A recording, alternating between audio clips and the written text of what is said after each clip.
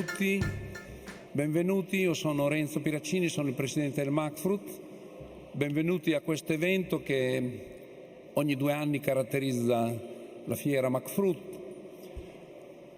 Si sta all'interno di una serie numerosissima di eventi che abbiamo organizzato in occasione della fiera. Voglio dire solamente poche cose, ma che giudico molto importanti, perché della nostra diversità noi abbiamo fatto e vogliamo fare il nostro punto di forza. Macfrut non è solamente una fiera classica, come ce ne sono altre in questo settore e anche in settori diversi. Noi abbiamo scelto una strada che vuole cercare di mettere insieme il business con la conoscenza. Business perché la fiera chiaramente è un posto dove uno viene a cercare clienti o fornitori ed è il punto centrale, ma in un momento di grande cambiamento come questo che stiamo vivendo con tutta questa rivoluzione in atto che riguarda praticamente tutta la fase della catena, avere all'interno di una fiera non solo il prodotto finito, ma proprio tutta la filiera, dal seme al punto vendita, è un elemento di grande vantaggio.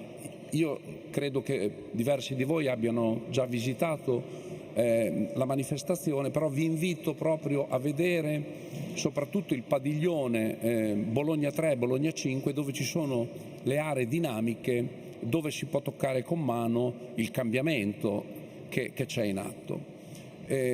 Inoltre credo che una fiera deve fare anche da stimolo alle novità che vengono avanti, è un modo per proporre far toccare con mano il cambiamento. In un quarto d'ora. Questo è lo sforzo, credo che insomma, i risultati, la fiera non è finita, c'è ancora oggi l'ultimo giorno, però i risultati dei primi 2 giorni sono stati entusiasmanti, quindi io sono molto soddisfatto e ringrazio voi. Il Tropical, io ringrazio NCX Drahorad e tutta l'organizzazione, ringrazio tutti voi perché la frutta tropicale è soprattutto l'avocado, che è oggi il frutto che è all'attenzione del Tropical, non solo è un grande mercato in fortissimo sviluppo con un trend di crescita veramente impressionanti, ma soprattutto è uno strumento per mettere anche all'attenzione dei produttori italiani quella che è diventata ormai un'alternativa produttiva molto interessante. E credo che gli spagnoli lo dimostrino, il boom produttivo, quindi insomma questo è un po' il nostro obiettivo. Io veramente ringrazio tutti voi, ringrazio soprattutto gli organizzatori e i relatori per questo evento. Grazie e buon lavoro. Grazie Renzo Piraccini, benvenuti a tutti al Tropical Fruit Congress 2022. Welcome everybody to this 2022 edition of the Tropical Fruit Congress. My name is Drahorad, and today I will introduce you to a journey into the fascinating world of avocado. We will meet producers of the main growing countries in the world. We will listen to the experience of commercial companies who manage the category in a very professional way. And we will also have a look at the main technologies involved in managing the avocado industry. I also invite you straight away also to the mid-term coffee break, which will give you the possibility to meet the speakers and talk to the participants, and also to the business lunch, which will be at the end of the program of today. At the presentation, you will see on the screen will all be available for download, so you don't need really to take pictures of the presentation. If you want, please do so, and please feel free to share them on your social media. So let's start immediately now with the first speech. I would invite Daria Lodi from CSO to talk about Italy. What is the position of Italy in the global avocado consumption scenario? although consumption in Italy is still very low compared to other countries, all the key indicators of consumption and household behaviors are very strong and showing double-digit growth. So please, Daria, tell us a little bit more about how Italy is looking at avocado. We are getting very passionate about avocado at the moment. Please. Yes.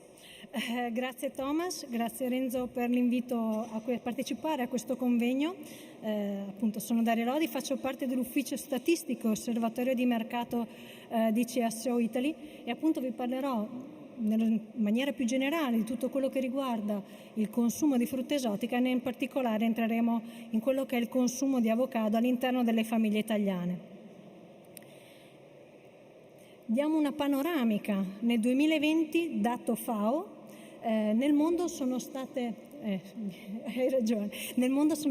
prodotte circa 364 milioni di tonnellate di frutta esotica, ma oltre il numero il trend in soli 5 anni ha segnato il più 9%. Sebbene non sia a disposizione già il dato del 2021, possiamo agilmente pensare che siano state superate le 370 milioni di tonnellate.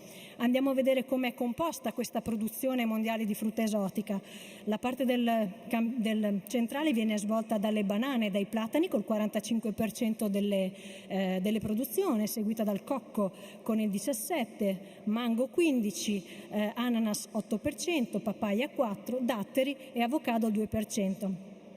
Entriamo quindi nello specifico dell'avocado. Probabilmente molte persone in questa sala non avranno bisogno di vedere questa mappa per sapere dove è prodotto l'avocado nel mondo, però andiamo a sottolineare il 30% in Messico, il 10% in Colombia, nonché la Repubblica Dominicana. Poi ci spostiamo nel continente asiatico e abbiamo il 7,4% delle produzioni con l'Indonesia. Ma al di là di quelle che sono le distribuzioni percentuali sul territorio mondiale, è importante andare a vedere quelle che sono le performance che stanno avendo queste nazioni. In soli 5 anni la Colombia, piuttosto che gli stati africani, hanno più che triplicato, duplicato le produzioni. Quindi sarà importantissimo tenere sotto controllo come si sta evolvendo la situazione nel continente americano, Centro America, ma anche tutto quello che riguarda i paesi dell'Africa. Andiamo a vedere nella UE27, la prima nazione europea che compare nel ranking mondiale è la Spagna, con poco meno di 100.000 tonnellate prodotte nel corso del 2020, seguita a notevole distanza dal Portogallo, quindi abbiamo la Grecia con poco meno di 10.000 tonnellate, la Francia con 2.000 e Cipro con quasi 1 migliaio di tonnellate. Ancora una volta, al di là del dato numerico, andiamo a vedere quelle che stanno performando meglio, al netto del fatto che tutte le nazioni produttrici in Europa di avocado stanno incrementando le produzioni.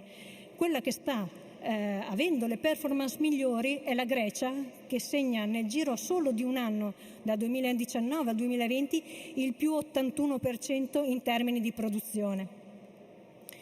In Europa non siamo dei grandi produttori di avocado, ok, siamo tutti d'accordo, però comunque sia siamo dei grandi consumatori, tant'è che nel corso del 2021 sono state consumate, con il dato di consumo apparente, circa 690.000 tonnellate di avocado, quantità che per il 77% è concentrata in soli 5 paesi. Vediamo al primo posto la Spagna con il 28%, la Francia il 22%, Germania 15%, Olanda e Italia al 6%. Andiamo a vedere come stanno performando il consumo apparente in queste nazioni. Al di là dei numeri che sono a disposizione, che si possono vedere, è importante, vorrei focalizzare l'attenzione sulla crescita della Spagna e della Germania, che in soli 10 anni hanno quadruplicato i volumi consumati di avocado, piuttosto che Spagna e Olanda, che li hanno triplicati, e l'Italia, che sebbene sia fanalino di coda in questa chart della top 5, in soli 10 anni sono stati consumati 8 volte in più di avocado rispetto al 2012. Fino ad ora abbiamo parlato di consumo apparente, quindi tutto quello che in una determinata nazione è a disposizione per il consumo, quindi che include il fresco, che sia per il consumo domestico o l'extradomestico, ma anche tutto quello che viene destinato alla trasformazione, al processato o quello che in realtà diventerà scarto. Ora invece entriamo nel merito del consumo domestico, cioè solo di quello che è fisicamente transitato nelle famiglie degli italiani, e possiamo fare questo grazie al panel GFK che monitora sul territorio nazionale circa 15.000 famiglie. Bene, non vi sto a dire grandi numeri, basta vedere che nel 2021 la variazione rispetto al 2020 è stata del più 35% in termini di volume, nonché il più 38% in termini di spesa, a fronte di un piccolo calo del prezzo medio passato da 4,23 a 4,15 euro.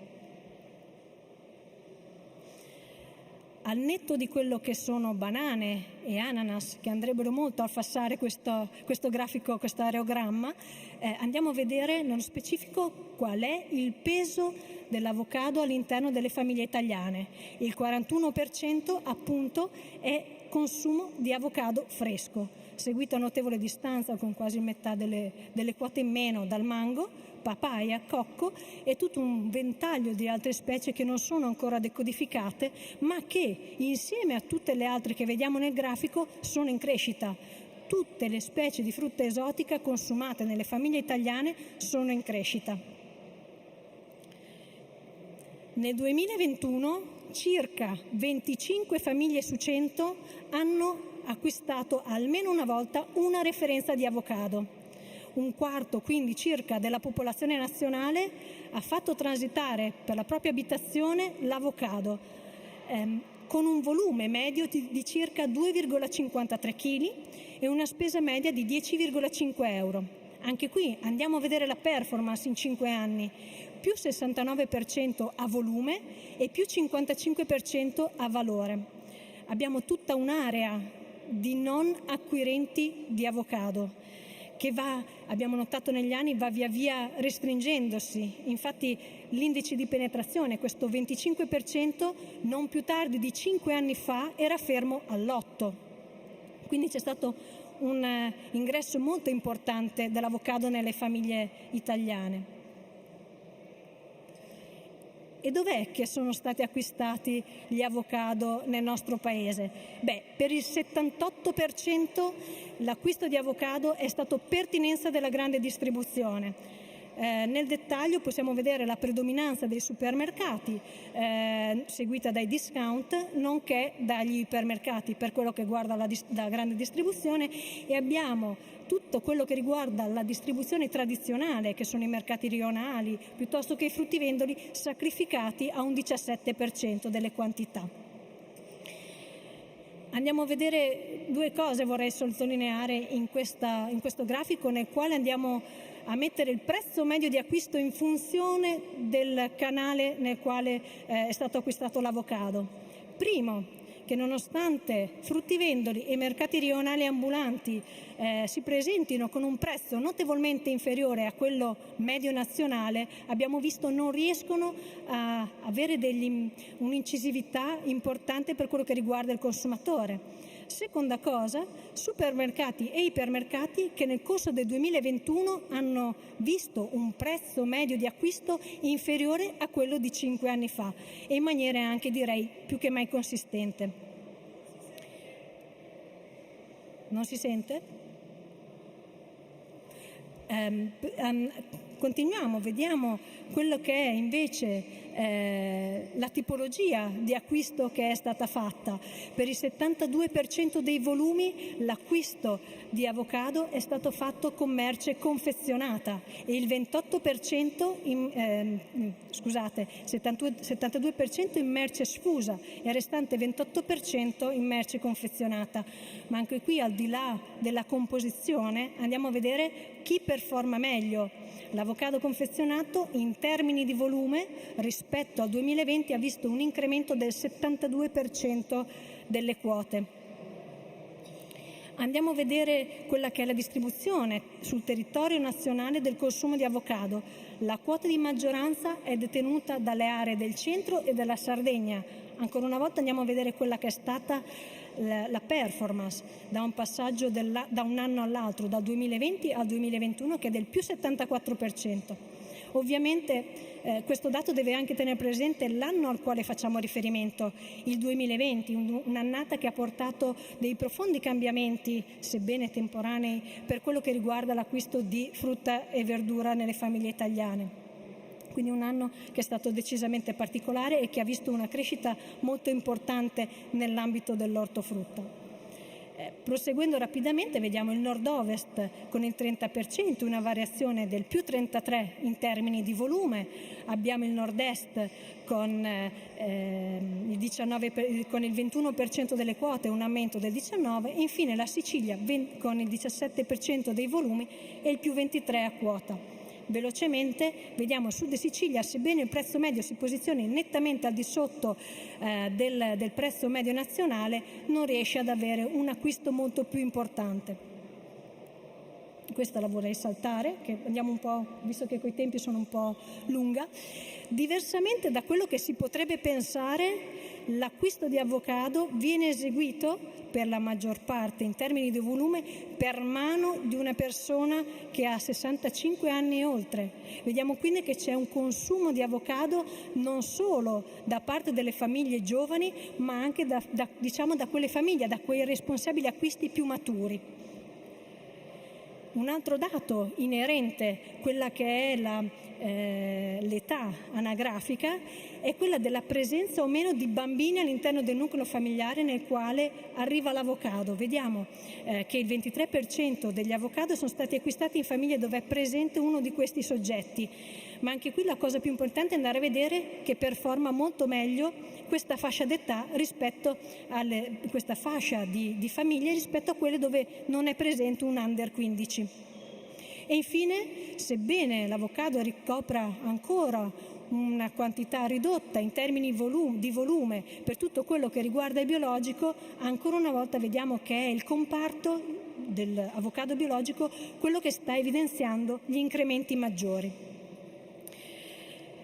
In conclusione abbiamo visto diversi dati, ma fondamentalmente a fronte di una contrazione generalizzata dei consumi di ortofrutta e di frutta in particolare nel nostro paese, la frutta esotica e in particolare l'avocado sta decisamente segnando un controtendenza. Diminuisce il prezzo medio di acquisto, questo potrebbe portare a una maggiore penetrazione delle famiglie, a raggiungere quelle famiglie per le quali il prezzo medio di acquisto è un fattore limitante. Abbiamo visto nuovi consumatori, ci sono famiglie con bambini e ragazzi nei quali l'avocado è consuetudine, dove transita, lo conoscono e probabilmente quando saranno a loro volta dei consumatori sapranno già come consumare l'avocado. E infine un aspetto di nuovi e vecchi competitors. Sì, all'interno della frutta esotica abbiamo una crescita, quindi l'avocado dovrà competere all'interno della propria categoria della frutta esotica, ma non solo, dovrà confrontarsi anche con tutti quei competitors storici nelle nostre abitudini di consumo per le quali appunto dovranno in qualche modo sgomitare per trovare spazio sui banchi dell'ortofrutta. Penso di aver dato un po' di informazioni di contesto, lascio la parola a chi verrà dopo. Grazie. Thank you very much, Daria, for your presentation. I invite everybody who is interested to see what's available in Italian supermarkets. We have an exhibition just over there, which will show you exactly what is in the stores 2 days ago. So it's very interesting to see also organic premium lines and so on. Let's now go a bit deeper into the supply chain. I call on stage Menni, marketing manager of Spreafico. He will present us some more qualitative indicators about the Italian avocado consumer, what he thinks, what are the buying criteria. But more importantly, he will give us an idea about a leading company like Spreafico is designing and implementing a category management concept based on a broad concept of sustainability. This is a worldwide project which is aimed to foster the consumption of avocados in Italy. Mattia. Buongiorno, grazie mille Thomas. Vorrei ribadire innanzitutto alcuni concetti di cui ha parlato la dottoressa Lodi. Quindi partiamo da quelli che sono i dati, quella che è l'importanza del settore dell'esotico in Italia. Ricordiamo innanzitutto che il settore dell'esotico ha il 2,5% del valore in Italia sul totale frutta, con un 19%, quasi 19% di crescita rispetto al 2020. Questo è molto importante. Se sottolineiamo che all'interno dell'esotico l'avocado pesa moltissimo, come vedete dal grafico, quindi in particolare l'avocado sta crescendo, rappresenta molto bene l'esotico in questo settore, quindi rappresenta quello che è l'esotico, rappresenta la crescita in Italia. Da qui abbiamo commissionato una ricerca, quindi abbiamo lavorato in questa direzione, come diceva Thomas, dal punto di vista qualitativo. Abbiamo visto, anche ribadendo quello che diceva la dottoressa Lodi, che quelle che sono le fasce, innanzitutto all'interno degli user del mondo ortofrutta, del mondo frutta in particolare, già il 30% dei consumatori utilizza e consuma attivamente l'avocado, quindi questo già rappresenta quello che è il consumo dell'avocado e rappresenta quanto è già importante l'avocado, quindi non è qualcosa da scoprire, ma è qualcosa di già affermato su cui bisogna lavorare. E in particolare, come vedete, le fasce d'età, già tutte le fasce consumano l'avocado, non solo lo comprano, ma già lo consumano, e non tutte, quindi non c'è un consumo particolare dei giovani, un qualche target particolare, ma già tutte le fasce, dalla fascia dai 25 ai 34 anni, che è la più importante, ok? Anche le altre fasce sono molto importanti, la fascia 55 ai 60 anni ha già il 30%, quindi positiva anche questa direzione. Tutte le fasce, tutti i consumatori hanno già idea di cosa sia l'avocado e come consumarlo. Da qui abbiamo vinto anche quello che è la dimensione sensoriale. Ad ora cosa rappresenta l'avocado per il consumatore? L'avocado è sempre visto nella sfera dell'esotico, per noi abbiamo anche una direzione, quindi molti consumatori lo considerano, gli user veri e propri iniziano a considerarlo un frutto, iniziano a considerarlo una verdura, è un pochino ambivalenti, vedete, non è un frutto, non è né dolce né salato, è qualcosa di inaspettato, è strano, indecifrabile, quindi quello che è il vero user lo identifica un concetto un pochino indecifrabile, come un mix di sapori, è molto abbinabile, molto cremoso, quindi questo è molto importante. Iniziamo a dare un concetto di quello che è il consumatore ad oggi. Quello che invece è il criterio, perché il consumatore, il nostro consumatore italiano ovviamente, sta andando in questa direzione, quali sono i driver che lo guidano nell'acquisto. Molto importante i valori nutrizionali, se in Italia ovviamente stiamo andando in questa direzione, quindi quando il consumatore italiano va a consumarlo, prima guarda quelli che sono i benefici, quelli che sono i valori nutrizionali, inizia a scoprire quello che è il giusto corretto grado di maturazione. Questo è un tema molto importante su cui Spreafico sta lavorando, su cui tutto il settore deve lavorare, deve concentrarsi, quindi arrivare sul punto vendita, arrivare al consumatore con un prodotto maturo, un prodotto che abbia l'indicazione, quindi che prepari anche il consumatore a consumarlo, arrivare al momento corretto. Il consumo è importante per ripetere l'acquisto, quindi noi come produttori, noi come distributori dobbiamo cercare anche di educare il consumatore in questa direzione. Ma ovviamente il concetto di sostenibilità è molto importante e noi stiamo lavorando come azienda in questa direzione.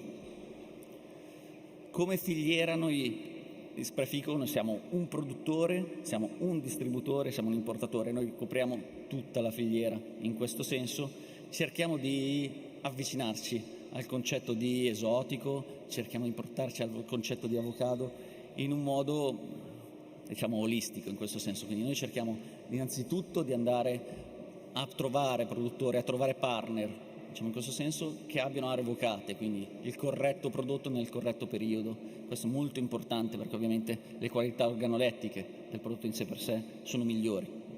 Cerchiamo partner produttivi in origini, innanzitutto che abbiano produzioni certificate Global Gap e GRASP, quindi che siano sappiamo che lavorino dal punto di vista etico corretto. Questo è molto importante per valorizzare quelli che sono i nostri partner, per valorizzare il prodotto, per andare a parlare con i consumatori nel modo più chiaro e onesto possibile, che si avvicina alla nostra etica e che siano alla ricerca di tecniche agronomiche sempre più all'avanguardia, quindi per ridurre anche gli interventi chimici in origine e avere il prodotto più naturale possibile. Come lo facciamo? Noi abbiamo una rete di agronomi in Italia e in tutto il mondo che accompagna lo sviluppo del prodotto, lo sviluppo e la crescita non solo dell'avocado ma di tutta la frutta. Noi questo lavoriamo in un modo costante su tutte le categorie in questa direzione per migliorare la produzione, quindi cerchiamo anche di programmare con i produttori della produzione, dargli anche un indice, un'indicazione di quello che possiamo fare, di come sta crescendo il mercato e quindi dare una direzione a quelli che sono i nostri fornitori, i nostri partner. Parlavamo di sostenibilità. Per noi la sostenibilità ha diverse sfaccettature, deve averla. La prima è produttiva economica. Quindi noi il primo approccio di sostenibilità economica e produttiva è innovazione. Uno dei nostri valori di Spreafico è che leggiamo, interpretiamo il cambiamento vivendolo come un'opportunità. Siamo disponibili a rischiare, a trovare sempre nuove soluzioni. Siamo promotori di proposte innovative capaci di generare valore aggiunto per le nostre persone, per i partner e per i clienti. Questo per noi è molto importante, andare nella direzione dell'innovazione. Ogni giorno, come diciamo, lavoriamo con i partner per indirizzare nella produzione, per cercare di dare meno impatto ambientale possibile, di andare a lavorare sul terreno, di andare a lavorare in un modo produttivo e economico positivo, quindi non andare a deteriorare quello che facciamo. Stesso discorso, cercare anche di sfatare con loro, quindi dal punto di vista della comunicazione, alcuni dettagli dell'avocado, come l'avocado. Spesso in Italia noi parliamo di sostenibilità e l'avocado viene incriminato a volte di consumare tanta acqua nella produzione. Non è vero, rispetto ad altre produzioni di frutta o di carne è clamorosamente inferiore. Dobbiamo sfatare tutti questi discorsi e noi cerchiamo di accompagnare anche il produttore e il consumatore, i nostri clienti in questa direzione. Sostenibilità ambientale, che significa packaging sostenibili, quindi noi già lavoriamo in questa direzione, lo lavoriamo nel modo più positivo possibile, seguendo anche i trend di mercato, cercando di lavorare nel modo compostabile, nelle confezioni, nei packaging sostenibili, cerchiamo di risparmiare risorse nelle nostre sedi, quindi energia rinnovabile da questo senso, e anche nella gestione di scarti e rifiuti, per cercare di lavorare, diciamo, in un circolo di sostenibilità. Dall'altra parte per noi, come dicevo, sono molto importanti i requisiti sociali. Come Spreafico, innanzitutto, produzioni certificate, sempre e comunque, Global Gap e GRASP. Non è scontato chiederlo, sia dal punto di vista del cliente che del consumatore, che non sa ovviamente cosa siano, quindi che i produttori tutelino quello che è la forza lavoro in paesi in cui non c'è la forza di farlo. Dobbiamo cercare noi innanzitutto cercare partner che siano forti da questo punto di vista, che tutelino il territorio e tutelino le popolazioni locali nel lavoro, non solo in Italia, anche in Italia e all'estero, e lavorare in questo senso. Noi come Spreafico lavoriamo in diversi contesti, nel sociale cerchiamo di avanzare nei progetti CSR, ne abbiamo già 2 attivi e cerchiamo di supportarli sia in Italia con un progetto nostro familiare, quindi locale, quindi cerchiamo innanzitutto di lavorare nella zona dove siamo, noi siamo in provincia di Lecco, quindi cerchiamo di lavorare nel locale con un'associazione che si chiama La Nostra Famiglia, che aiuta la popolazione locale in questo senso, che è oltreoceano. Quindi in Colombia noi aderiamo a quello che è con Uniban, che è uno dei nostri più grandi fornitori, il nostro più grandi partner in assoluto nel mondo, con un progetto della Fondazione Uniban per il supporto delle comunità locali. Questo è molto importante per noi, lavorare in questa direzione. E oltretutto, adesso abbiamo iniziato a lavorarci, ovviamente sarà a breve pronto, abbiamo iniziato a lavorare sul bilancio di sostenibilità e il relativo piano di sostenibilità, che è un tema fondamentale per tutte le aziende, oltre che a essere obbligatorio a breve. Per concludere, che cosa stiamo facendo? Quindi questo per dirvi che l'importanza l'avocado è riconosciuto ormai, è riconosciuto in Italia, rispetto all'estero ha un consumo ancora basso, quello che possiamo dire, consumo pro capite non è ancora sviluppato come in altre nazioni, sicuramente inizia a esserci la consapevolezza nel consumatore. Noi, attraverso la nostra passione, attraverso la nostra ricerca, attraverso la filiera integrata, come dicevo, di partner, stiamo lavorando dal Perù al Sudafrica, dal Marocco all'Israele, al Portogallo, alla nostra futura produzione d'avocado in Italia, per cercare di portare la conoscenza la nostra conoscenza al consumatore, ai clienti, quindi cercare di formare, di educare tutto quello che è l'ambiente che ci circonda sull'avocado per crescere insieme e per creare quella che sarà una categoria a sé stante, quindi che sia nell'esotico, ovviamente perché il consumatore la riconosce in quella direzione, ma che cresca a sé stante. Quindi cerchiamo di dare valore, cerchiamo di tutti insieme,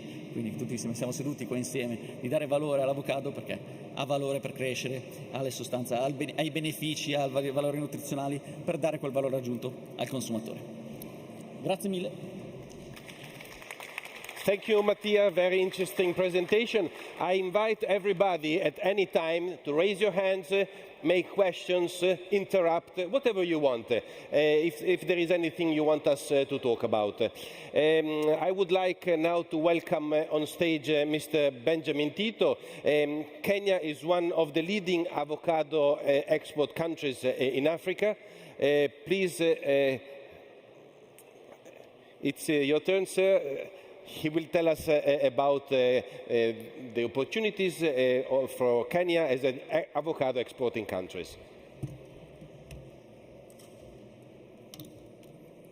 Thank you very much, the organizers of this conference. My name is Benjamin Tito. I am the director for Horticultural Crops Directorate, a regulator in the government of Kenya on matters food safety, production practices, and market linkages, especially for horticulture. I'm here and honored to speak to this congregation about avocado farming in Kenya, but with a futuristic thought. What is it like in the future? And I want to say that Kenya is one of the leading producers of avocado in Africa. We are ranked 6th in the globe, but we've been having a fair share of challenges in terms of production. But we find that over the last couple of years, 5 to 7 years ago, Kenya deliberately chose to indulge in serious production of avocado. Majorly, this avocado is grown by smallholder farmers, which have a small area of production to the tune of 0.5 acres to around 2.5 acres. So we'll say 90% of Kenyan production is done by smallholder growers who averagely grow between 10 to around 50 trees. But in the recent past, then we've been having a lot of serious production and expansion of the production areas from the traditional growing zones into newer areas for production. Traditionally, those that could be familiar with Africa, then Kenyan avocado has been centered around the central part of the country, what we would call the central province of the country. But over the last 5 to 7 years, then this expansion has moved to a widespread area, and we are talking of a new planting of about 500,000 hectares. And that's why from that, Kenya last year was ranked #1 in terms of exports for avocado. But what is it that we need to think about in terms of production of this avocado? Number one, Kenya lies around the equator, and being around the equator, then we have our own share of challenges in terms of pest and disease management.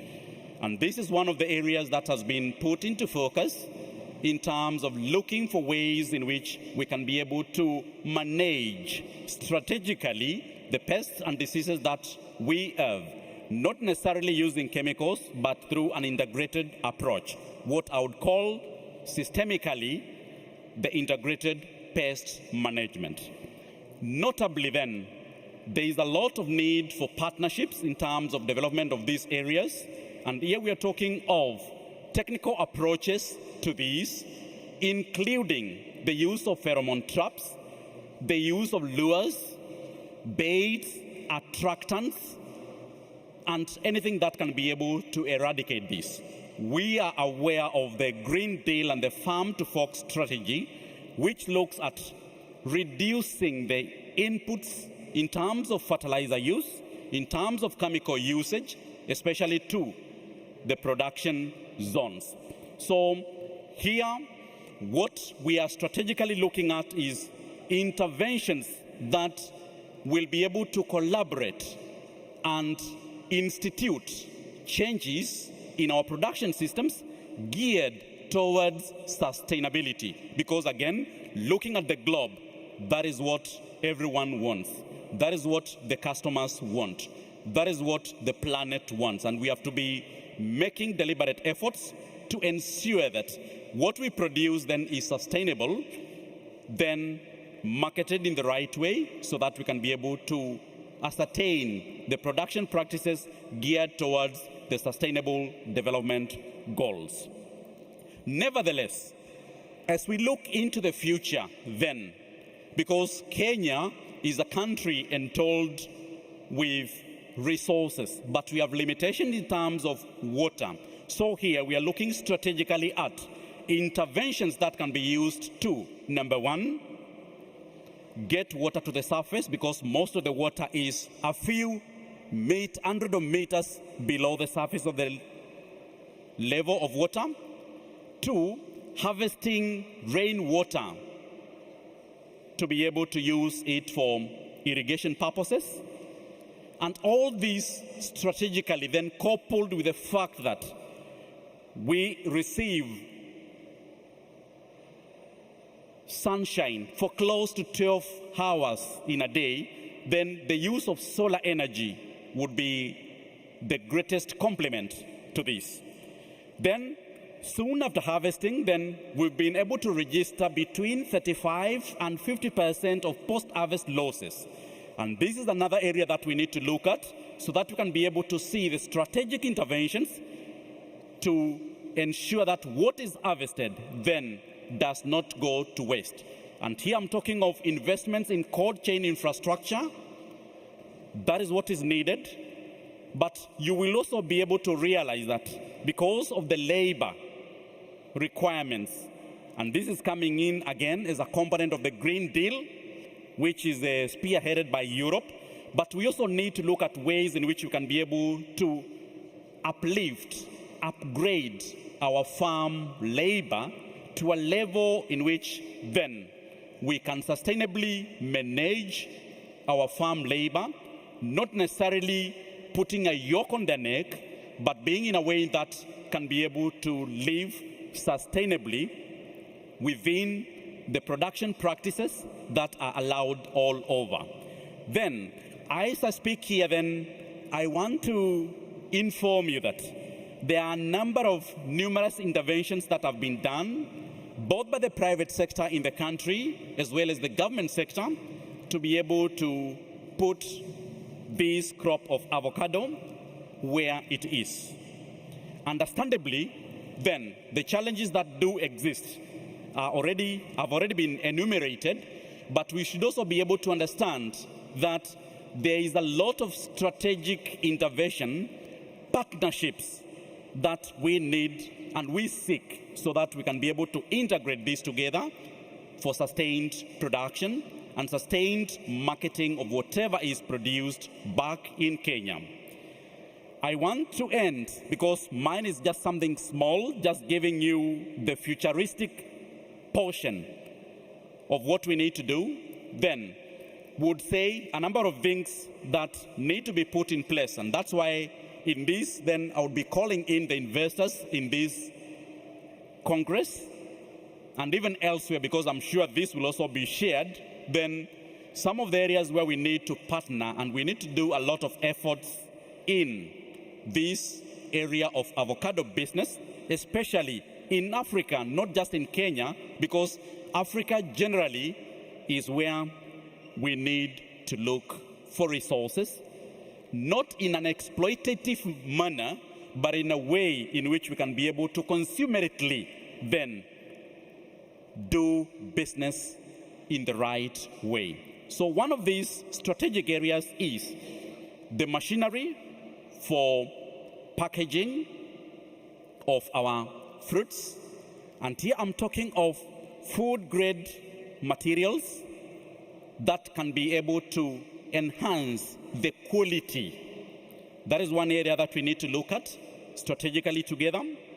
Number two, areas that relate to the production practices, and here we're using precision agriculture technology in being able to identify either pests and diseases and appropriately use control measures that are safe to the environment. And because with new technologies like the use of drones and other methods, then this is a new venture where we can be able to partner in Africa and see the reduction in the cost of production, because again, the prices are not a dictate of the individual countries, but a dictate of the international forces of demand and supply. So we will not be able to produce an avocado fruit and say our minimum price is set at €1, because again, if Peru comes, Mexico comes, and the other giants in the industry, then we will not be able to sell. But the most important thing then is to be able to sustain a production that takes care of, number one, the dry matter content and the oil content of this fruit, because these are the quality attributes that we look at in avocado.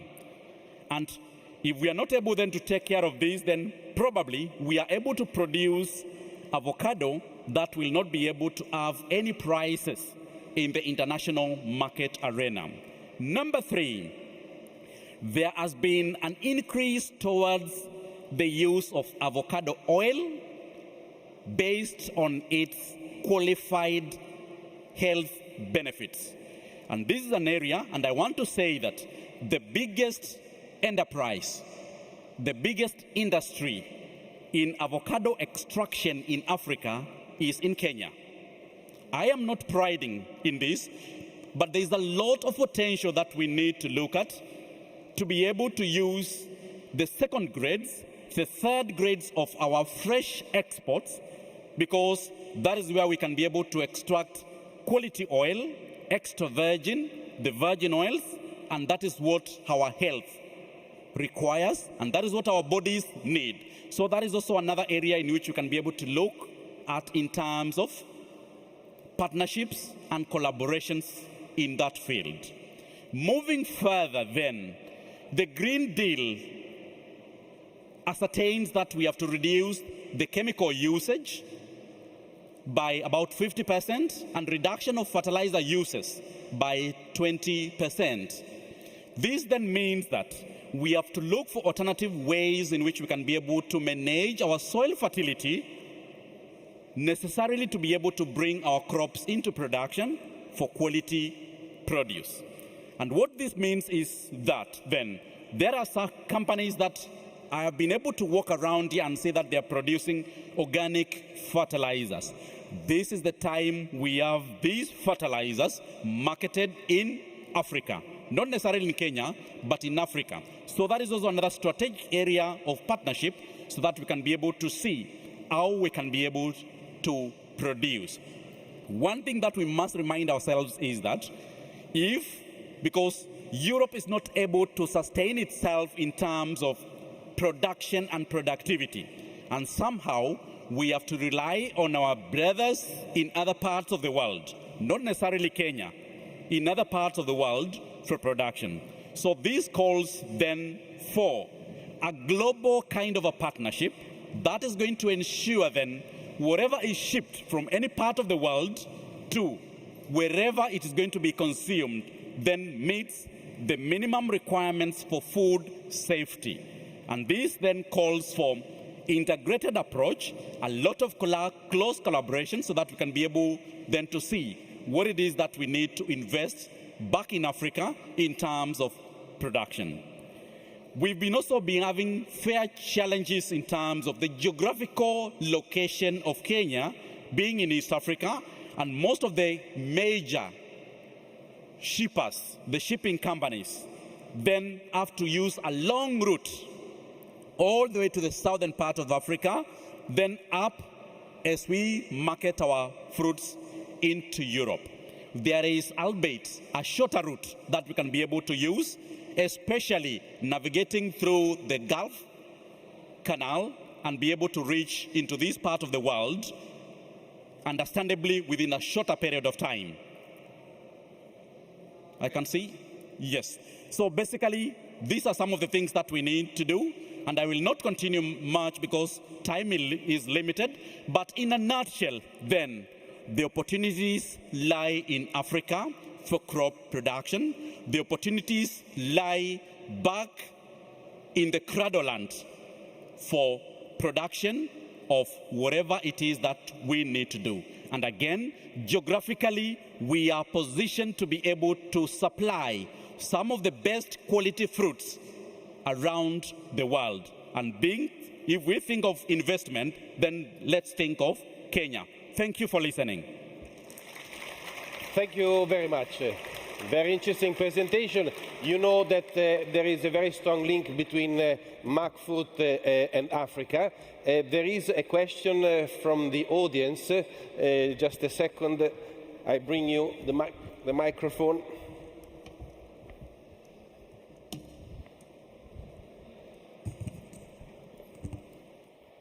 Thank you very much, and thank you, Tito, for representing Kenya very well. My name is Grace Ngungi. I'm a farmer in Kenya, the large-scale to medium farmer that he's talked about, the new dimension.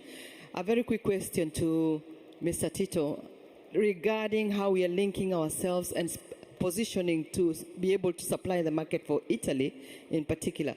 I had an opportunity to speak to some supermarkets, the leading ones that are represented here. I have seen the avocados that are displayed that are available in the supermarkets here, and sadly, we don't have any avocados from Kenya. I know very well that I supply some people who supply to Israel, and they end up here. I also know that I supply some people who supply to South Africa, and they end up here. So the question I'm asking, in an opportunity like this, what opportunity have we identified that we need to take advantage of and leverage to see how we can partner with these business people to change consumers' perceptions so that we can leverage and have our products marketed here directly? Thank you very much. Yes, I think this is a key issue. I mean, this is also why Macfrut is here, to create new opportunities. If you could just very quickly answer. Thank you. Just talk, it will work. Thank you for that question.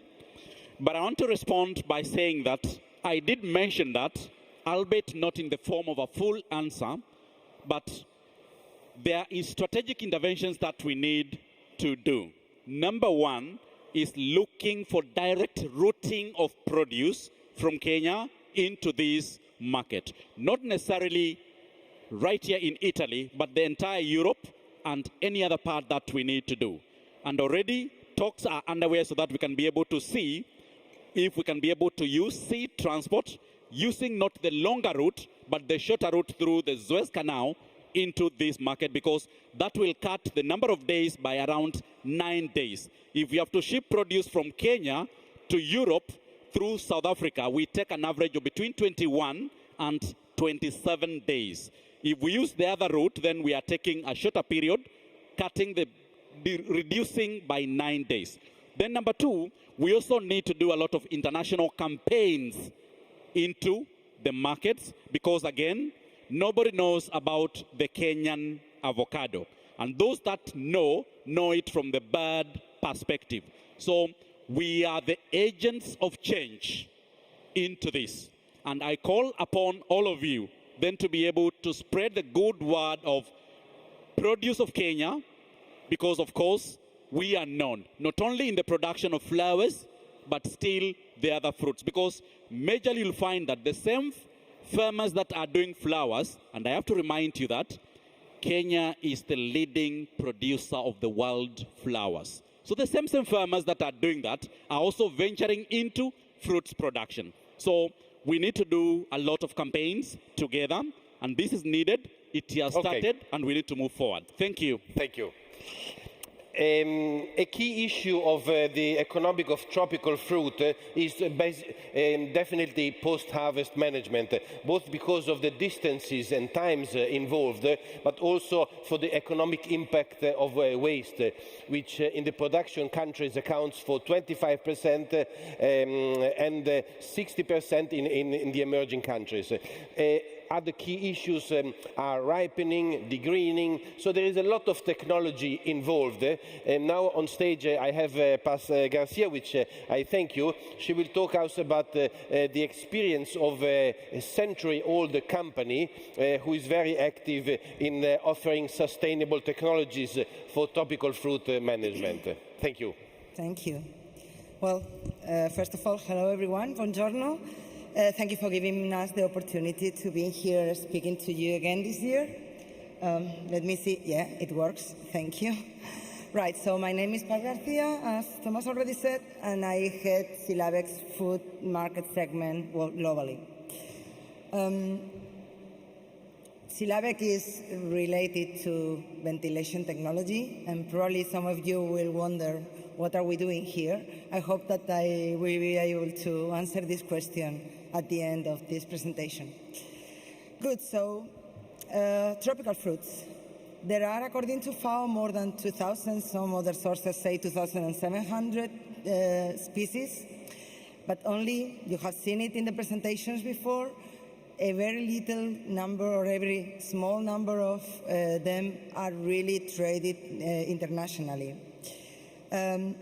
These tropical fruits also show the two different cycles when it comes to ripening, the climacteric and the non-climacteric cycles, either ripening after they are harvested or not. And this is important, especially when it comes to the post-harvest treatment of these plants, of these fruits, because it marks the way of management and also how we need to use the technology available in the world to optimize their treatment. Why? Because these fruits, these products, are delicate living beings, and these post-harvest operations will define their quality. And this is a very important point here, and very particular of fruits. When we think of other food commodities like grain, and we think of the way that they are stored, all we can aspire to is to keep, and I tell you that 99.9% of the cases it's not possible, keep the quality of these grains at the moment of the harvest. The good thing of these fruits, and fruits in general, is that if we do a smart and professional management of the post-harvest operations, we can not only keep this level of quality, but also enhance it. But for sure, we need to do it in a very careful and professional way, as I said. And this is a very impacting factor when it comes to selling price.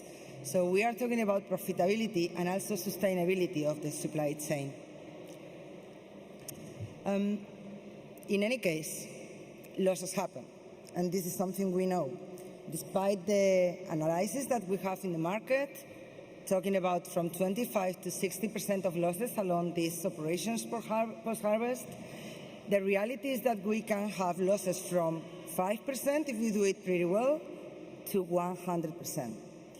And this is something that we should look into because we have a brilliant opportunity to bring value for the end users and at the end of the day, the final consumers, which are all of us.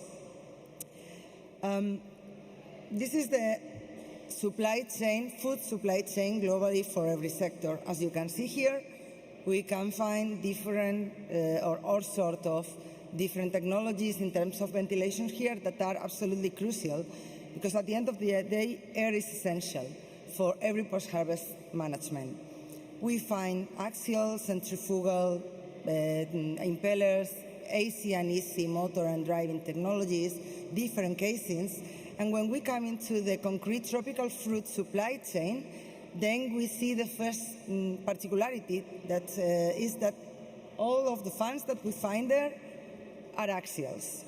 Well, air is actually essential for fruits because they are the key factor to optimize, to distribute the optimal climate conditions that they need to preserve, to make their life as long as possible.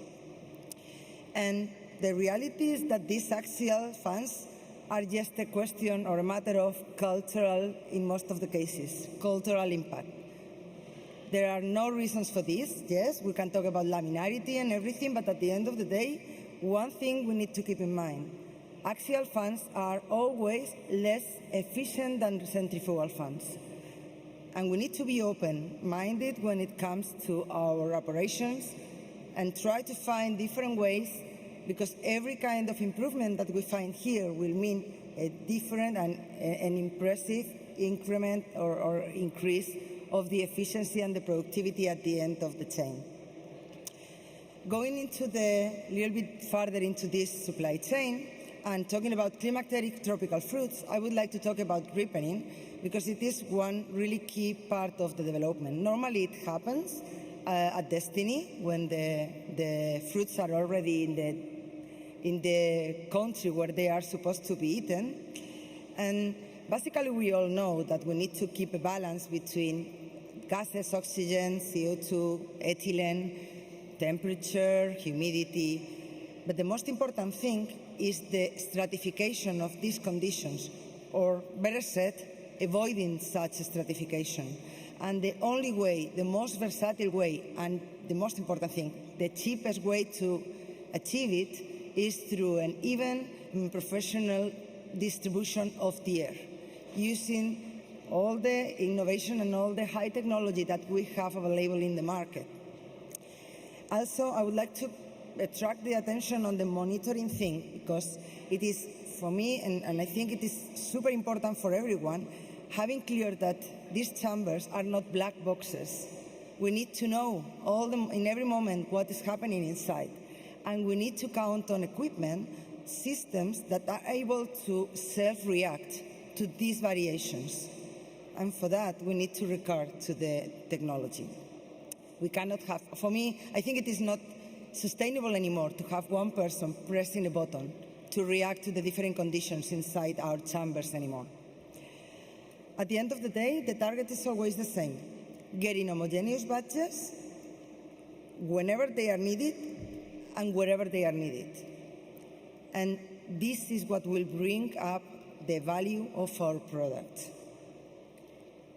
When we talk about non-climateric fruits, the situation is different in terms of operations. We talk about degreening instead of ripening, but still the implication and the relevance of the air ventilation is exactly the same, because the stratification keeps on being the key point to have an homogeneous, beautiful, and really valuable product at the end of the process. And the last point, especially when we talk about avocados, which is the main subject of the Congress this year, cold rooms for storing. And, well, ripening, avocado is a climateric fruit. Ripening is not so well represented in this case. I don't know why, but this is the reality in most of the cases. And they directly go to the cold rooms, probably because the aspect is something less critical for this fruit. But when we go to these chambers, the situation is the same. Here we also need to keep into account another factor that in the other cases is not so relevant: the airthrow, which is the distance and the speed of the air when it leaves the ventilation system. All in all, when it comes to tropical fruits, what we need is to look for sustainability. I think my colleagues before already put the stress on this. And the way to do it is to have a very well balanced, like creating a stool, or how do you say it in Italian, sgabello, to create it a very stable, well-placed sgabello, perfectly balanced on three pillars: productivity, systematization, and efficiency. Efficiency to minimize the energy consumption and the emissions. Productivity, because this is what we live for. But especially making it systematic, getting always the best possible, but always the same results, year after year, cycle after cycle. This will define and make a brand of us in this market. And for sure, when it comes to air technology, our target is improving the profitability of the business model that we discussed before, and to keep this former sustainability. And in this case, the stool is grounded on performance, on efficiency for sure, and also controllability and connectivity. Because obviously the digitalization is something that is here to stay, and we need to make the best use of it. And now, the last 5 minutes, if you allow me, I would like to spend them introducing a little bit our group, our company. Ziehl-Abegg is a super centenary company already. This means that it has more than 110 years old. And this means that, meanwhile, in Europe and basically in the world, we were going through very different economical systems, political situations, wars, revolutions even, Pacific or not so much. In this company we were, or people before me, were developing different solutions and innovations to solve necessities that sometimes were not even realized or identified, and definitely not expressed in the past. And we always did it based on two foundations. The innovations, as I said, but also the sustainability. And this is how we came here, for sure. Basically, what we like to say is that we work for sustainable innovations, that we try to pursue the present needs, but without compromising the future generations. We think in our solutions from a very holistic way. This means that we don't take into account only the product. For sure, it is a very important point. Not only the application, which is for sure the target of all that we do, but also other companies, the environment, the stakeholders, that for sure they keep us where we are, and also the communities. And this is a vision that it is deeply embedded in all the company. It's not only coming from the board, it's really integrated in every person of our organization. And all these innovations are grounded in one idea: efficiency. Efficiency in the aerodynamics that we develop, in the motors that we innovate. We are right now, I think we are still, as far as I know, the only group that is able to develop and put in the market every kind of impeller, every technology of driving systems, every motor, AC, EC, internal rotor motors, and we integrate everything in a system to make of the whole of the complex the most efficient solution for every application we dedicate to. We have already worked, these are our traditional markets, in other industries, building, IT, or mobility solutions. And now our ultimate frontier is food, which is something, where we have come only in the last 5 years directly. Why food? Because it is a major contributor to the economy, because it is basically the background of any activity, of the human activity in the planet, and because historically this is an industry that has been forgotten when it comes to technological innovations. And we would like to really make a change into this. As an ultimate message, I would like to just leave you with something. We, Ziehl-Abegg, are totally committed to disseminating the most innovative ventilation technology, which is already widespread in other industries like telecoms or like renewable energies, into food. Because we believe it is really necessary that we go through that way. This is something that we all believe it in our company. It has transcended the company. It has become a personal crusade for me and my colleagues. And well, I don't think this is a fancy, it is not a whim, it is just a must. A demanding necessity right now from our planet and from our civilization. So thank you very much for your time. Grazie mille, and well, I hope you enjoy the rest of the Congress. Thank you. I have a quick question for you. We have heard about how Italy is developing as a market. How do you see Italy as a market for your technologies? Well, Italy is quite, thank you for the question. Italy is for sure one of our key interests. We have a great development here along the last, 20 years.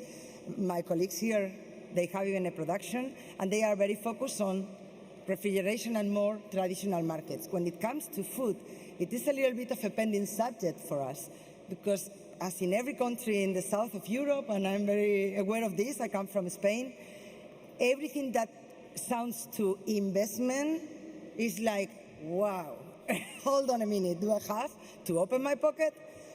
And what I need to really leave with you is believe us, and not believe me, just try, just show it, just make the trial.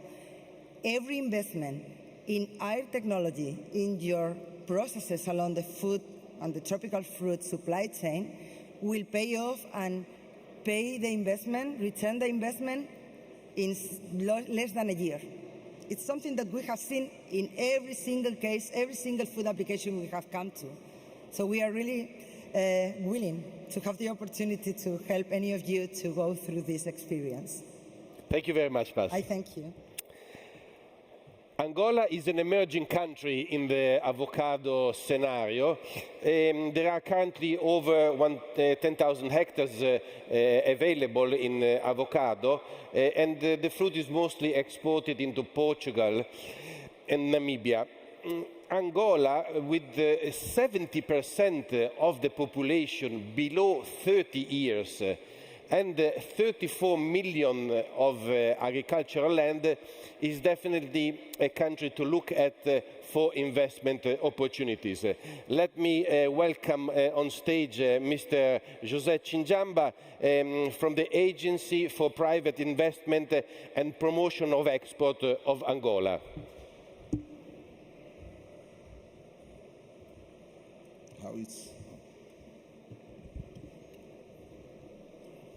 Good morning for everybody. On behalf of the Angola delegation and the AIPEX, Angola Agency for Private Investment and the Promotion of Export, I would like to express the gratitude for the invitation that we received to take part in this event. I also would like to congratulate the organizers of this event. I think it's the best place to promote agricultural activity.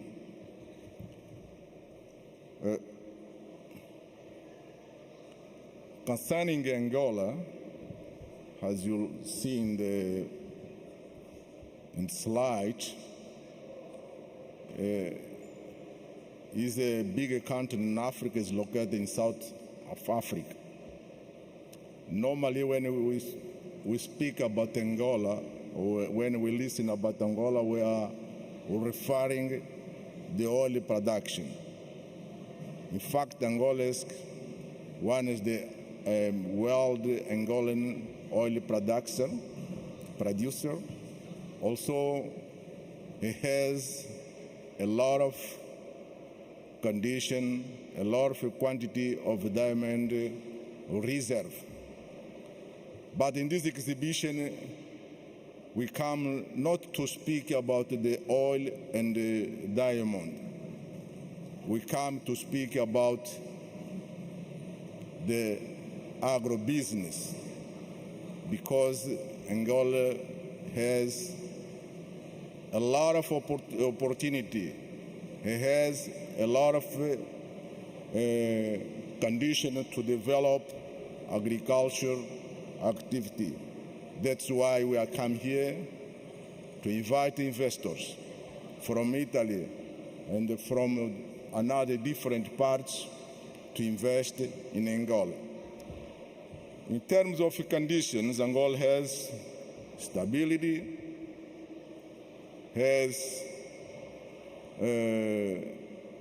possibility to develop the country using another way, like the tourism, also has a lot of opportunity in this sector.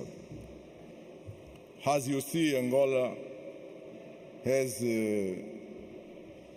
political, economical, and military stability. That's why who are interested to go to Angola to invest, he will be welcome, because we are looking investors to promote, to develop the Angolan economy. Agriculture is a rural smallholder business. What is the reality?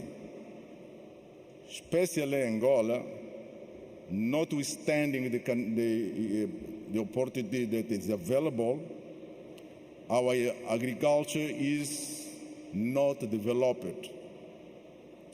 Especially, we have small companies who are involved in this activity. Productivity is low despite high production. Family cultivate around 2 or 3 hectares. Smallholder farmers cultivate about 10 and 100 hectares. But we need investors who can make production in high scale, not for local consumer, but for the export. In terms of the condition, Angola has a favorable natural condition for agriculture. 69 million hectares of natural forests, region with different climate conditions, 2 harvest seasons per year in some regions, 7 river basins, and 40 hydrological basins. As you see, we have conditions to develop agriculture. Sometimes we don't need more technical equipment or more technical product to develop the agriculture in Angola, because the conditions, we have a natural condition to do it without any stress. Angola wants to scale avocado production. Avocado is for my side, I like it. Avocado, because the doctor said that, to have more omega-3, avocado is the source. That's why my side especially like this fruit. Notwithstanding that we have a good condition to develop this activity, but the Angolan production is very few. That's why we invited investors to go to Angola, because Angola has land, has river, have workers to be involved in this sector. If you see, it was about 12,000 hectares, but only harvested about 40,000 hectares. So about 95% of avocado exports are of the Hass variety. Many buyers are Portugal, Namibia has said moderator, so we need to diversify this export. I see in this exhibition, many countries are producing avocado, but Angola has also potentiality to do that. But what we need, the investors, what we need, technology, what we need, the investors that are interested to develop this country in order to diversify our export for another countries.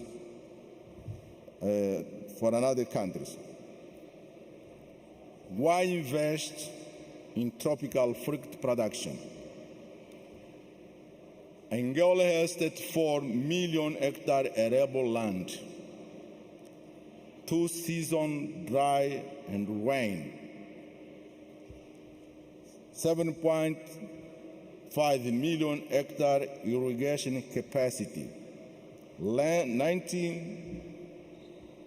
more 19% land with potential for use, 1.2 million square kilometer total area.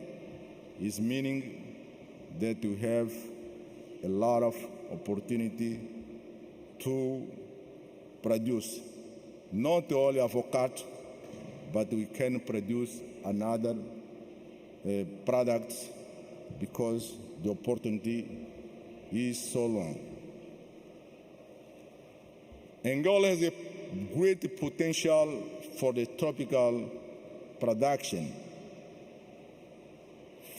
FDI in commercial farming is necessary to scale production and increase export. This is the Angolan strategy to diversify economy. Because as you know, when we are talking about the oil production, the diamonds depend on the international market. But in this period, when the oil price is high, it's good for Angola.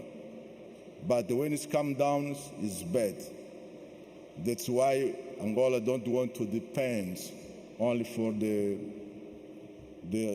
diamond or oil production. Cultivate percentage of 14% in use. We have a lot of land for all who are interested to invest in agriculture, in agribusiness in Angola. Constant demand of the product, a broad market for action that provide the opportunity to diversify production. Agriculture is one of the sectors that suffered the least from the economic crisis because it's a food business. When we talk about agriculture, it's very, very important to pay attention because when we have a crisis, the food is necessary. It's necessary for all the world population. That's why our interest is to develop this kind of sector because the food, all people need it every day, every hour, every week. Good profitability and the low initial capital to start. Considering that Angola has a natural condition to develop this kind of activity, is not need more technical expertise, the finance capacity to develop this sector. Possibility of using avocado fibers and leaf for paper making, craft and industrial application. Business versatility which can produce avocado by products such as liquors, jellies, cosmetics. So avocado is not for eating. You can use for another production. That's why we need produce avocado and to use it for another initiative in terms of industrial development. This is what we can produce in Angola, not only avocado. Angola has potentiality to develop a banana. Now we're exporting banana to some countries, orange, melon, papaya, apple, passion fruit, mango, lemon, watermelon. There's an infinite list. All this fruit is possible to produce in Angola because we have a condition to do it. What are the challenges? Come to the conclusion, we will then have all the presentations available for download. No, okay, I'm Okay, going sorry. to the end. So, according to the moderator, I think my time is finished. But let me say that Angola has opportunity. Angola has open to receive investor, has a legal framework for investment, who gave incentives, who gave guarantee for all investors, meaning that if you are investing in Angola, you apply your money and you will take it out. Recently, Angola has signed the Washington Convention. Also, Angola is part of New York Convention to give the guarantee for the investor in case of some conflict. That's why I want to say that Angola is a good place, a virgin country for the investment who are interested to do it. Thank you. Moderator, I think in the time. Okay. Thank you very much.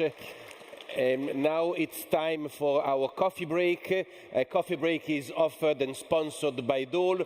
Dole is the leading worldwide grower and distributor of fresh fruit. They have a stand here at the Macfrut exhibition, which I invite you to visit. But now it's time for this 15 minutes coffee break. Please enjoy, and we will be back shortly. Thank you.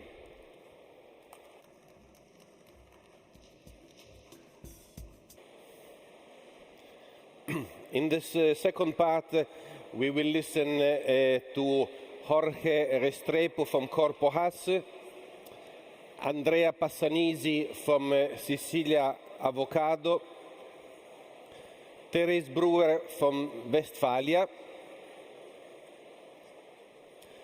Ernst Woltering from the Wageningen University and Research, Alessandro Pasi from Aveta, and Aldo Pesce from Amenduni.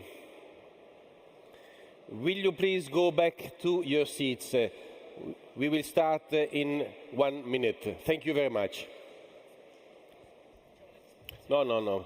I would like to thank Dole, our sponsor for the coffee break.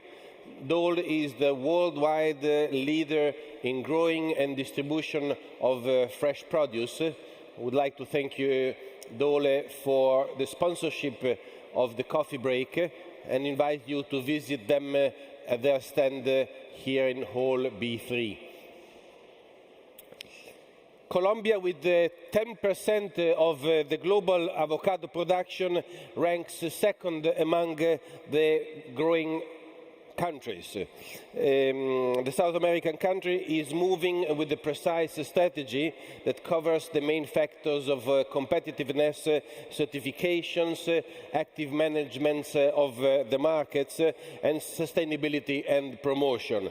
We will hear now from this presentation from Jorge Restrepo of Corpohass how Colombia is preparing the challenges in order to continue strengthening their position in the avocado industry, which in Colombia is the fourth largest exported agricultural product after coffee, bananas and flowers.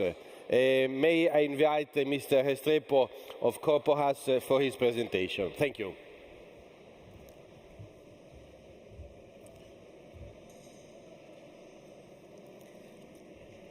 Good morning, everyone. It's really a pleasure to be here. I've been in Italy many times.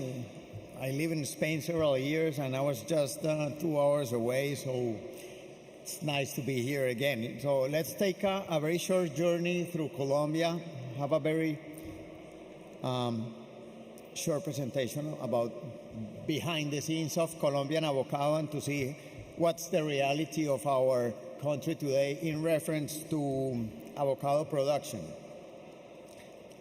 The ecosystem has been growing a lot. It's not just growers or exporters. We have a huge interaction in the sector, and the number of stakeholders is always growing at a private and public level, nationally and internationally. So we are constantly interacting with many, many players that are acting in the value chain, especially at this sector that has been growing a lot in the recent years, and we will see some facts and figures about that growth, not just in tons, but also in dollars, and concerning the markets where Colombia is exporting today. And Corpohass is in the middle of this ecosystem because it's the Growers and Exporters Association, so it's really responsible for representing all their interest among these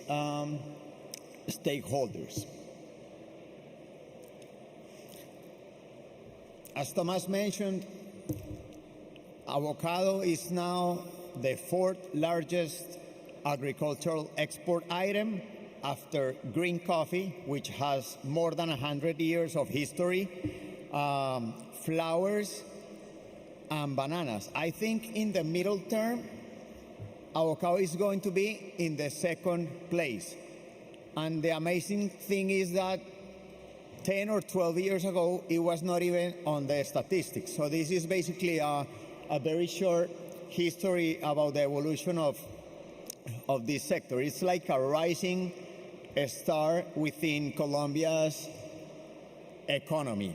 We have a goal that we have agreed with all the exporters in a workshop and an exercise that we did last year. And we are planning to export $400 million by 2025. And I think at this speed, we're probably going to make it happen before that year. The avocado sector has brought new opportunities, a better future, and hope for many regions that were victims and were affected by the armed conflict for many years. There was no agricultural activity, no business. They didn't have a chance to do anything. It was no security, no labor. But now the growing regions are, or these municipalities are 13% of the SOMAC regions, which are like special territories that have been developing and that have special conditions for new economic activities because they were really affected by the conflict with the guerrillas. So the avocado sector has been really turning the history of these growing regions. It grows in 8 states, basically in the Andes region, because the altitude ranges between 1,800 meters and 2,500 meters above sea level. So it's like a mild climate agricultural product. We have 4 seaports, but basically the 2 in the north, Cartagena and Santa Marta, are like 90-95% of the total exports. Concerning certifications, which are a requirement especially for the European markets, in Global Gap, we have 13,000 hectares in the area in 864 orchards, basically in option 1 and 2, which is individual, and the group 1 in rainforest, 151 orchards, and which represent 4,300 hectares. And they're in registered export orchards, which is the minimum requirement to export. We have almost 3,000 growers and 23,200 hectares. Colombia has been exporting the fruit to 34 different markets. In the last 4 years, 7 new markets have been opened in this order: United States, Argentina, China, Japan, Peru, Korea, and Chile, which can be a very attractive market, and it's going to be open very soon, probably in the next month. The protocol has already been signed. We are just in a matter of organizing the audit visit from the sanitary authorities. Of these markets, the easiest one to access is the States concerning the protocol, and the most difficult is China. The good thing is that when an orchard is preparing to export to these markets, it's getting points and facilitating the way to export to the other new markets, because they have some similarities in terms of the conditions that they have to comply with, which are basically surveillance and pest control in the orchard and in a buffer area, which is from the end of the orchard and beyond a determined number of meters, depending on the protocol. So the challenge here is that sometimes you are authorized to export for a new market, but maybe in 3 months you are not, because in the pest surveillance you're not authorized anymore. So that's like the difficult thing of the new markets. And the other huge market is Europe, which is 96% of the total exports of Colombia.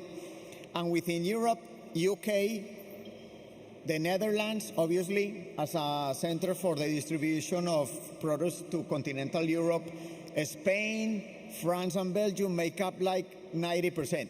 Italy has a great potential, but it's just 1% of the exports of Colombia.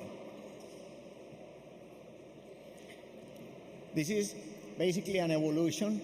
In 2015, Colombia exported 10,000 tons, and in 2021, more than $10 million, and in 2021, $200 million, and that represents, in 2015, 5,000 tons and almost 100,000 tons 6 years later. So that means that the volume multiplied by 20 in just a 6-period time.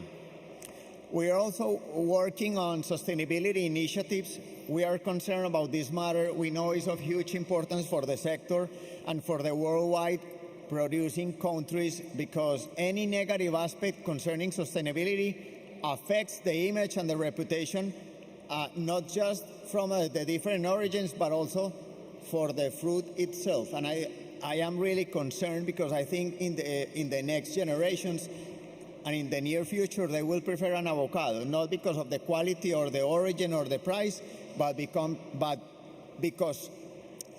will do it because it comes from a sustainable value chain. That will be a key driver in the demand of avocados in the near future.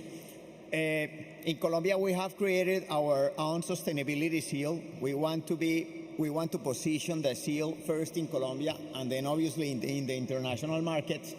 And we have also been working with the environmental authorities with the special agreements to educate the growers and sensibilize them and let them know the importance of complying with the regulations, so the production really goes in harmony with the rules and regulations, because we don't want to be the enemies of these entities. I think we should work together, and actually they are the ones that they have the regulations, and all the growers must comply with them all the time.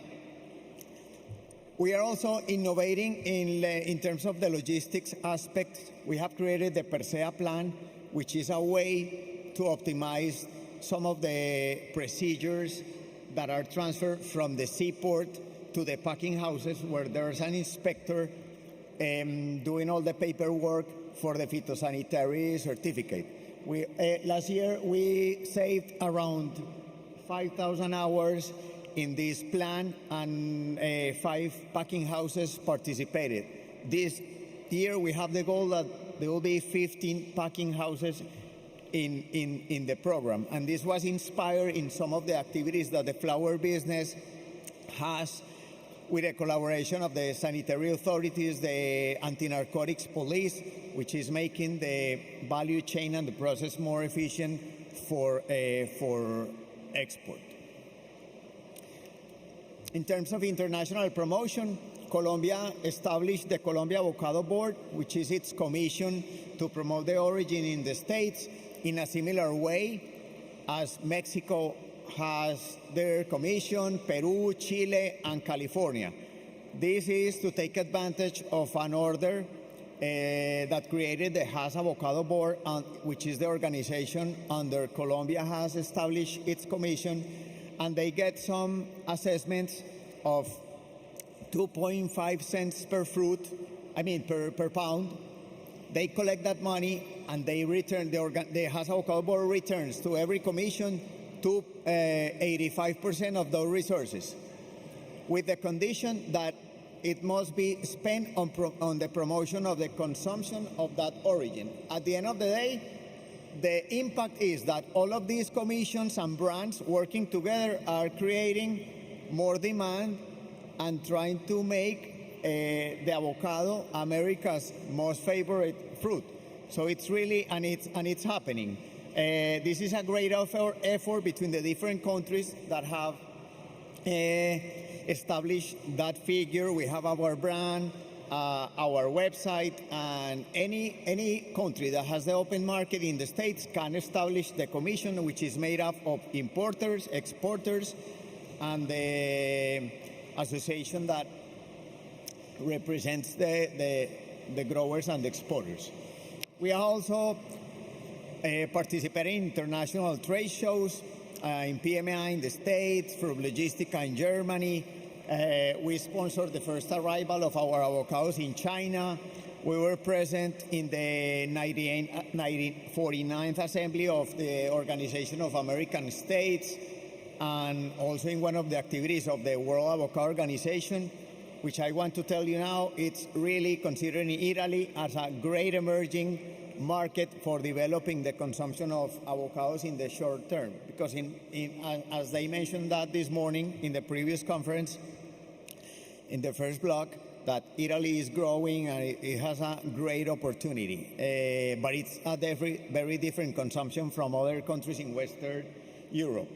In terms of local promotion, it's curious that Colombia is in 4th place in the world in terms of consuming avocados. But the point is that they eat avocados from many other varieties, especially green skins. So it's strategic for us, not just because of the difficulties that can be presented sometimes of the year, especially in the middle time of the year, because of the prices in international markets. I think Colombia has a great way to develop consumption for Hass. People that still don't know Hass, they think avocados in the other varieties, or they associate it with a special type of typical foods, or they think avocado it's not a fruit, that it's a vegetable, or they don't like the Hass because it's too small, or they don't know when is the ripening process and when it's ready to eat. And we have used in our communications a trend which is play summer, which is different than showing pictures of the orchards, and we are not even taking the nutrition facts, because everybody knows that avocado is really healthy. No, we are using another type of messaging to get more interest in new consumers, especially millennials. So finally, our challenges are market diversification, because of our dependence on Europe, the new generation priorities concerning sustainability. There is a gap in the States, between supply and demand, so we have a lot of effort to making promotion. Consumer education, as I just mentioned. There will be a new government in Colombia in August, so we have to position this sector so they can continue working with us. Quality, because Colombia has quality problems in Europe. Price changes are really due to supply and demand are becoming more unstable. There are access to new origins in our main markets, and work and sanitary authorities limitations. And finally, we created a huge event, which is Territorio Aguacate, and it's one of the main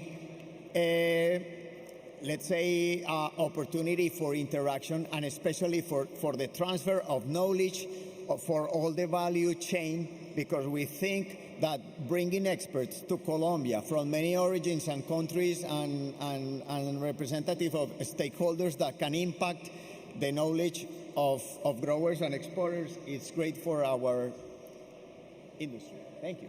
Thank you, Jorge. Thank you, Jorge. Let's work together to make this grow this tiny 1% of Italy in the total avocado exports from Colombia. Thank you very much.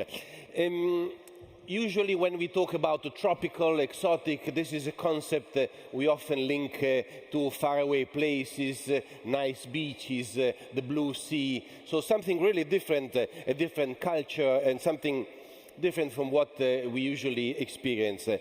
Is this possibly to combine with another very strong concept which for food worldwide is very well known, like made in Italy? So can Sicily somehow become a link between the adventure and the familiar, the flavors of other continents and our tradition? Andrea Passanisi from Sicilia Avocado has taken up that challenge, and we'll hear from him that now this Sicilia Avocado is not anymore a game of words, but it's somehow a bet one. Thank you, Andrea. Buongiorno a tutti, grazie Thomas. Permettimi innanzitutto di rivolgere un rapido ma sentito ringraziamento a chi mi ha voluto qui, a Renzo Piraccini, a Gigi Bianchi, a tutto il gruppo, lo staff di Macfrut, a voi che l'avete organizzato il convegno. Un grazie caloroso perché non solo la possibilità di poter partecipare, ma ho avuto l'occasione anche di poter raccontare attualmente quello che è il nostro percorso, quella che è la nostra attitudine, quella che è la nostra passione, mostrare a un panorama internazionale che la Sicilia, seppur con coltivazioni minime, mediocri, non è una vetrina ma è una realtà, ed è da tantissimi anni una realtà. Sarò rapido per dare spazio al parterre degli ospiti con argomentazioni di altissimo profilo. Perdonami, è questo?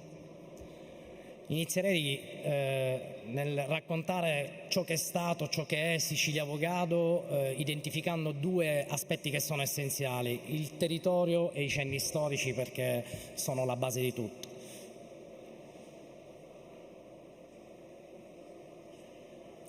Pardon? Eccoci. Perché parlo di territorio?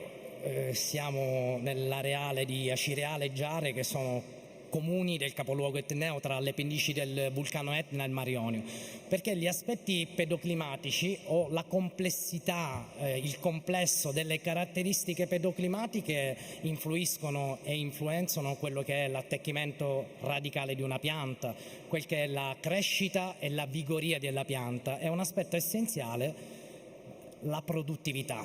È un aspetto essenziale per il produttore avere una garanzia con tutti gli aspetti aleatori che il cambiamento climatico può dare, ma avere una pianta che nasce, cresce vigorosamente, produce è una sicurezza per l'imprenditore. Delle caratteristiche pedoclimatiche, degli aspetti nel loro complesso, noi ci ritroviamo in un terreno vulcanico, fertile, profondo e permeabile. Questo è un aspetto essenziale, ecco, per l'attecchimento radicale della pianta. Un microclima mite con una rara presenza di venti, persino nelle stagioni più rigide. Ricordiamoci che la Sicilia è in una fascia subtropicale, non tropicale.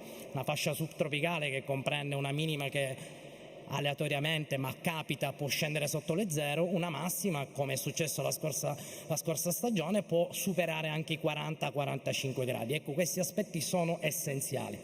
le precipitazioni costanti, si registra una media di oltre 1000 millilitri di acqua di precipitazione l'anno. Ecco, l'areale ionico-etneo è un areale perpendicolare all'ependice dell'Etna. Noi abbiamo questa fortuna, a volte anche sfortuna per via della sabbia vulcanica, ma grazie all'Etna, la sua maestosità catalizza le nuvole e rende il territorio, l'areale ionico, uno dei territori più piovosi che ci sono in Italia.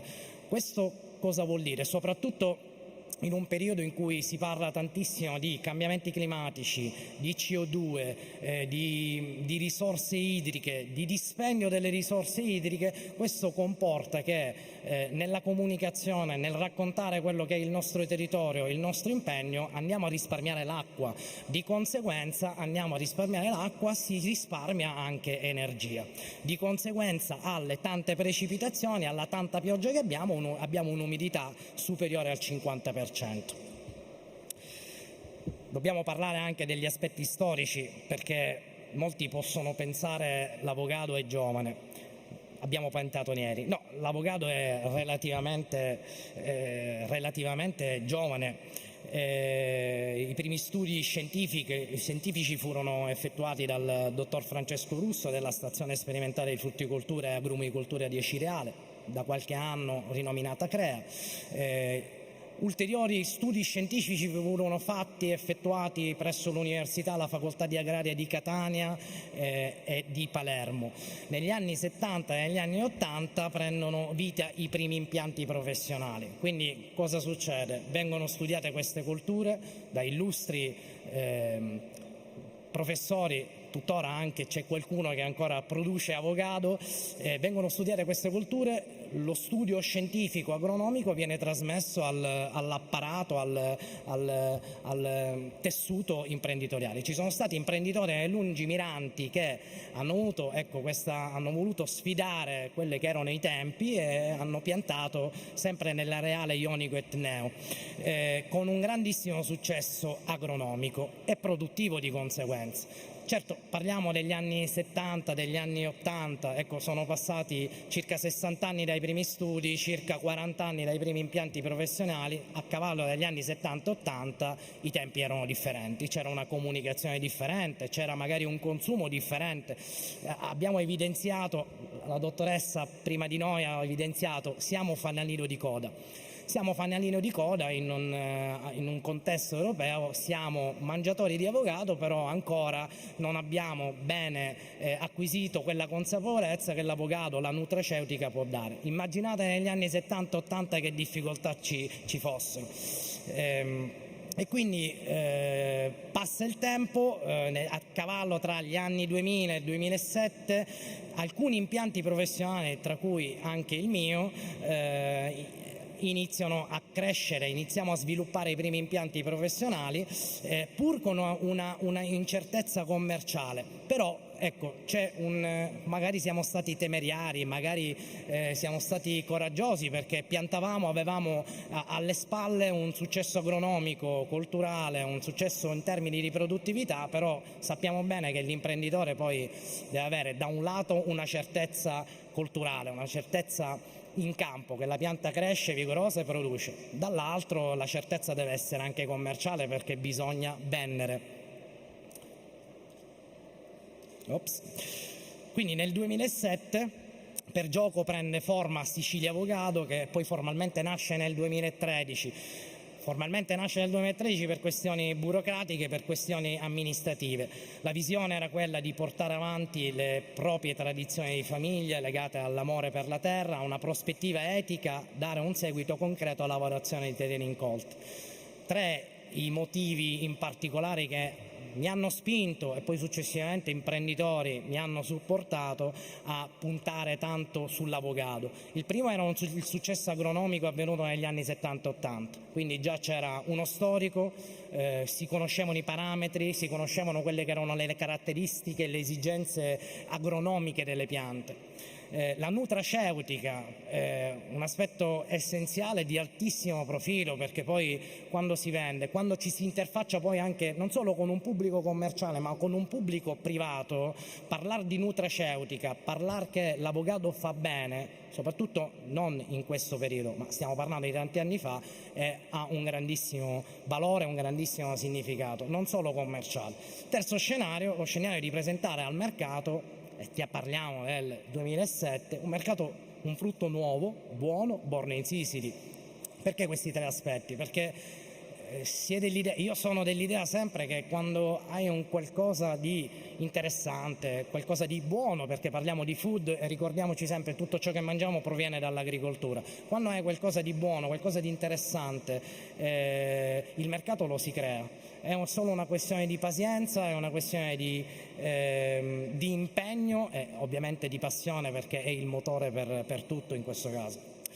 Le mosse vincenti, la rivalorizzazione dei terreni incolti, Giarre, il territorio ionico etneo è famoso per il limone, è famoso anche per tante altre colture, ci siamo ritrovati nel avere spazi liberi e quindi rivalorizzare quei terreni puntando sull'avocado, senza dare ombra a tutto il comparto agrumicolo della zona, perché ricordiamo bene la Sicilia, l'agricoltura per la Sicilia è storia, è tradizione, è cultura e ci sono un panorama di prodotti, un panorama di frutti che sono un punto di riferimento per la Sicilia, quindi le arance, il fico d'India e il limone, quindi non volevamo mettere nell'ombra nessuno, ma trovare non un'alternativa ma una cultura interessante di altissimo profilo che si mettesse poi anche in parallelo da un punto di vista commerciale, non solo nella comunicazione.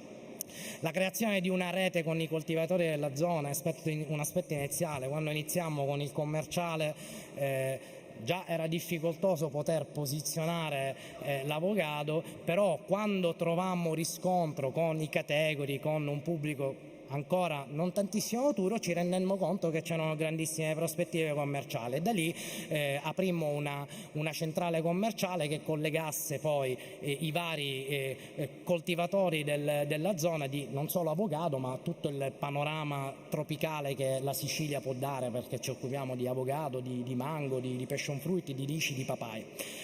L'apertura al mondo digital con largo anticipo, questo è stato un altro fondamento. Perché l'apertura al mondo digital? Perché molti possono pensare internet sia il futuro. Internet da un certo punto di vista è il passato, è il presente e c'è un mondo che è internet, soprattutto nel tema della comunicazione, che si evolve.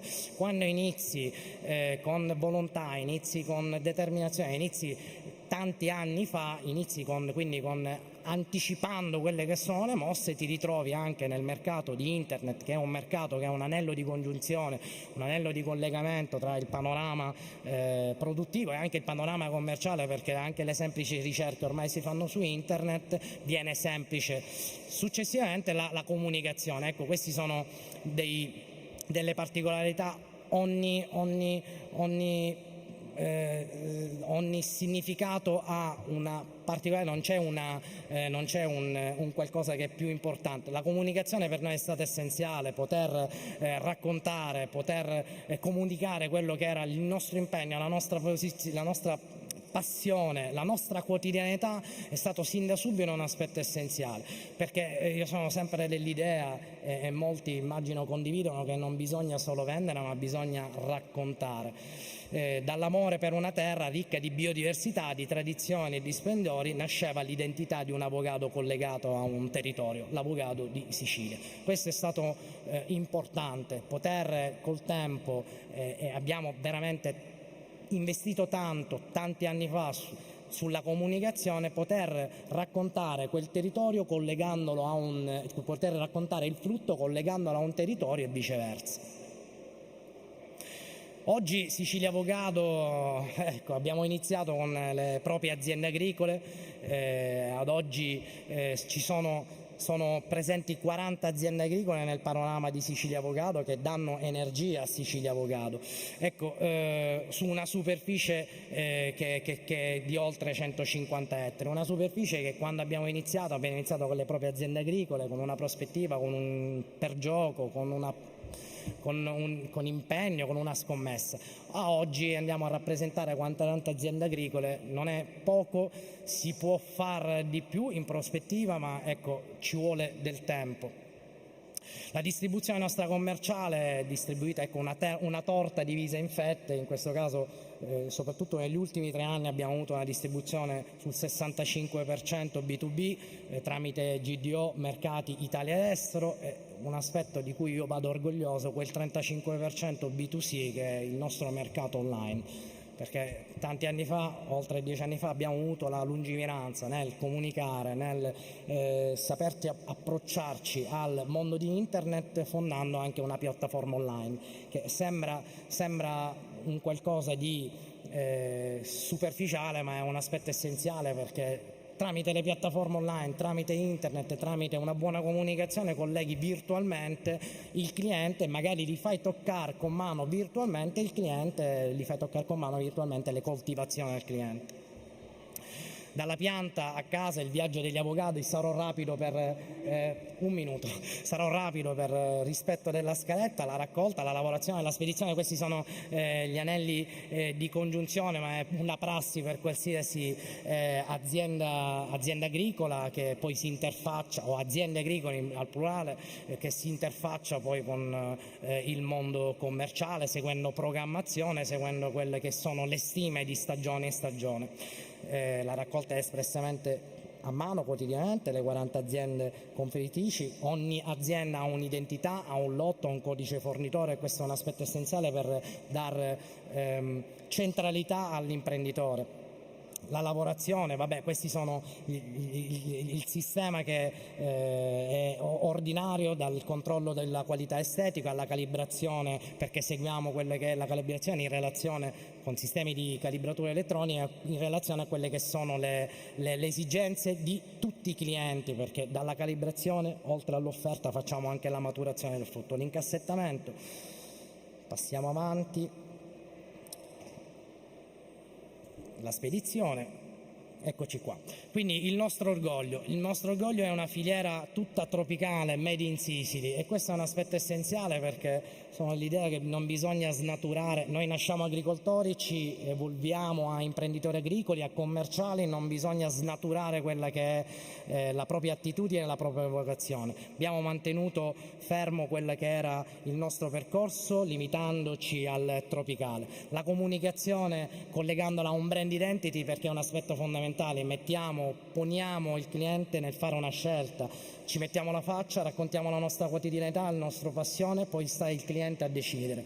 L'e-commerce, un altro aspetto essenziale di cui ho parlato prima, il supporto tecnico alle aziende fornitrici. Il supporto tecnico è un aspetto essenziale perché non basta solo conoscere le esigenze, le caratteristiche di una pianta di avocado o tropicali, ma bisogna conoscere quelle che sono le caratteristiche agronomiche e collegarle a un territorio, perché, ripetiamo, siamo sempre in Sicilia, gli aspetti del cambiamento climatici, gli aspetti pedoclimatici sono un aspetto, ecco, sono caratteristiche fondamentali al supporto, allo sviluppo dell'impianto. La stagionalità, la continuità stagionale. Ecco, facciamo grandi numeri, per quello che abbiamo i numeri andranno a crescere, però dar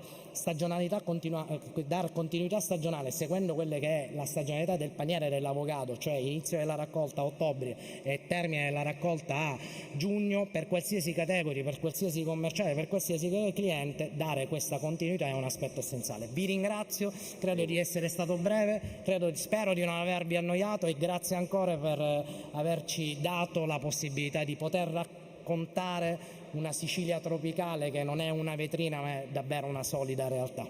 Grazie Andrea, forza Sicilia. Let's now take a step back. Did you know that there are hundreds of avocado cultivars around the world, and all of them can be basically traced back to only 3 species? And yet the whole world is slowly but surely converging into one single variety, which is Hass, with the huge risk of potential pandemic of pests and diseases which could even destroy the whole industry. So how can a new generation of cultivars be created from the avocado's unique, enormous natural heritage of biodiversity? Let's listen now to Therese Brewer, researcher in the technical team of Westphalia from South Africa. Thank you, Therese. Buongiorno, good morning everyone. Thank you for having me today. To the organizers, it's a privilege to be here. So before starting and telling you about avocado cultivars and the A to Z of avocado cultivars, I just quickly want to explain something about my company, Westphalia Fruit, before I start with my presentation. Who are we? Westphalia Fruit is a I can. Stay closer. Stay closer.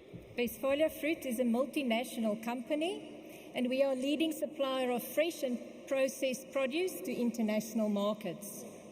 We offer a diverse range of quality fruit and related products via our vertically integrated supply chain.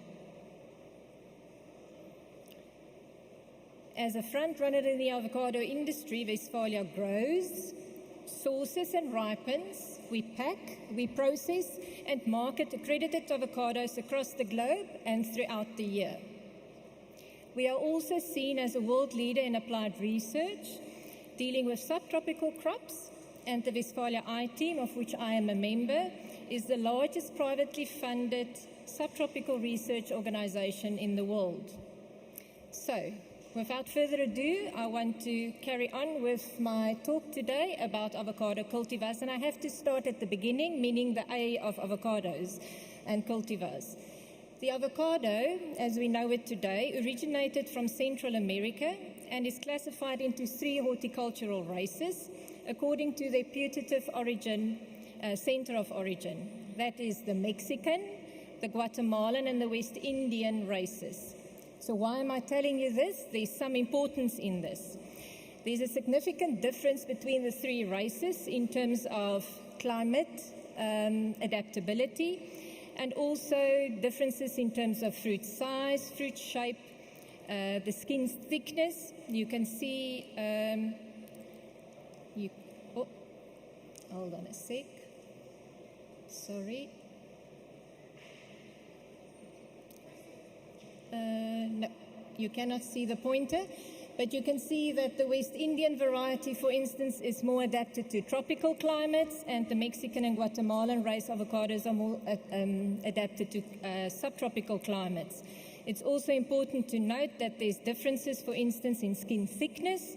A Mexican variety have a very thin skin, where a West Indian variety typically have a medium, and a Guatemalan a very thick skin. So ethnobotanical data and genetic marker studies suggested that the 3 races underwent separate domestication and only came into contact after European contact in the 16th century. By the late 1800s, avocado improvement gained momentum through interracial hybridization in places like California and also in Florida. A long period of open pollination and interracial hybridization has thus resulted in our modern cultivars that are mostly hybrid cultivars with combined traits of the 3 different horticultural races. And as of today, there's hundreds of cultivars described and are also in existence, and these are pictures of some of them. However, the world avocado market at present, and you've heard that today and you've seen it also during the Congress, is dominated by a single cultivar, Hass. Hass was discovered as a chance seedling. It's not from a traditional breeding project by Mr. Rudolf Hass in California in the early 1930s. The cultivar was patented in 1935, but it only became commercially important in the 1970s in California when it replaced our old faithful Fuerte cultivar. However, because of this, most of the world's major avocado-producing countries are moving away from any other cultivar, and I'm going to use the South African industry as an example showing our figures. You will see on the left is the pie chart for the 2002 tree census figures.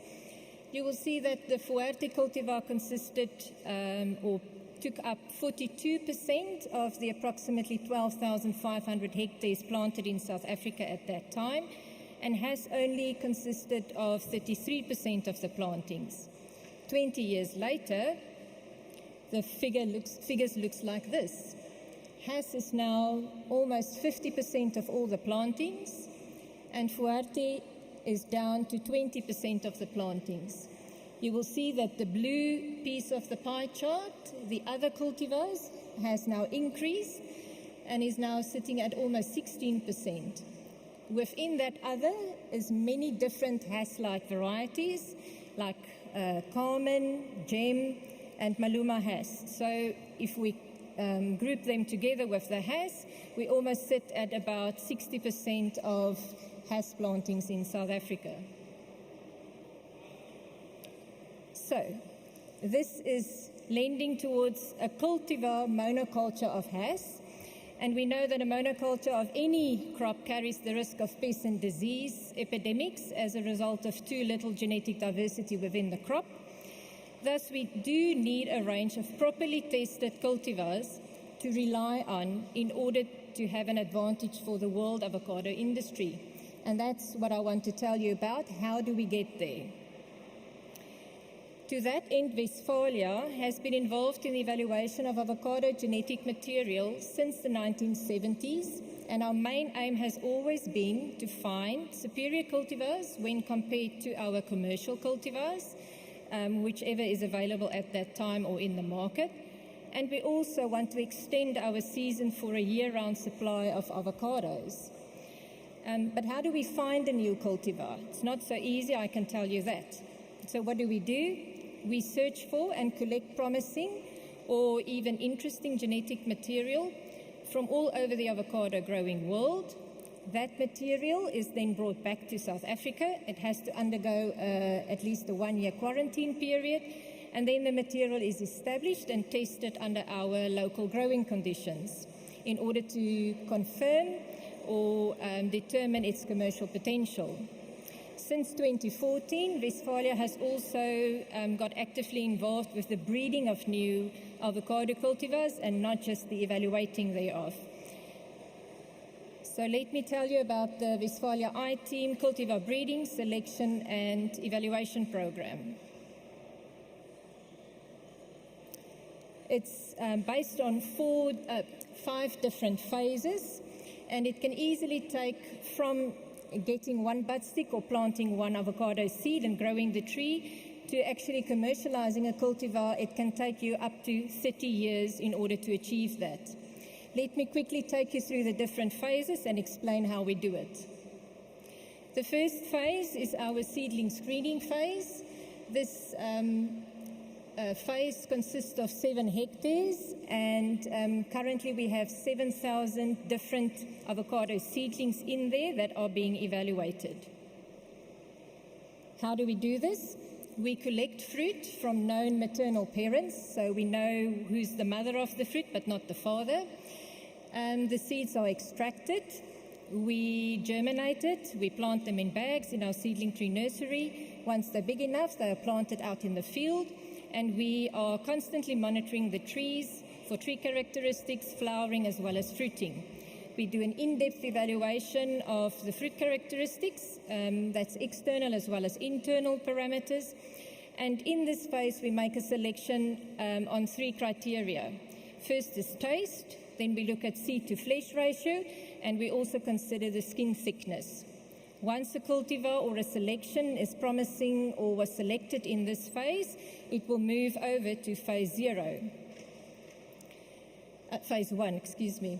So in this phase, we do 2 to 3 trees per selection. Remember, from phase 1, we only had 1 tree. Now we move over to, we clone them, we make 2 to 3 trees per selection in order to get more information. We have an area about 2.5 hectares that we use for this.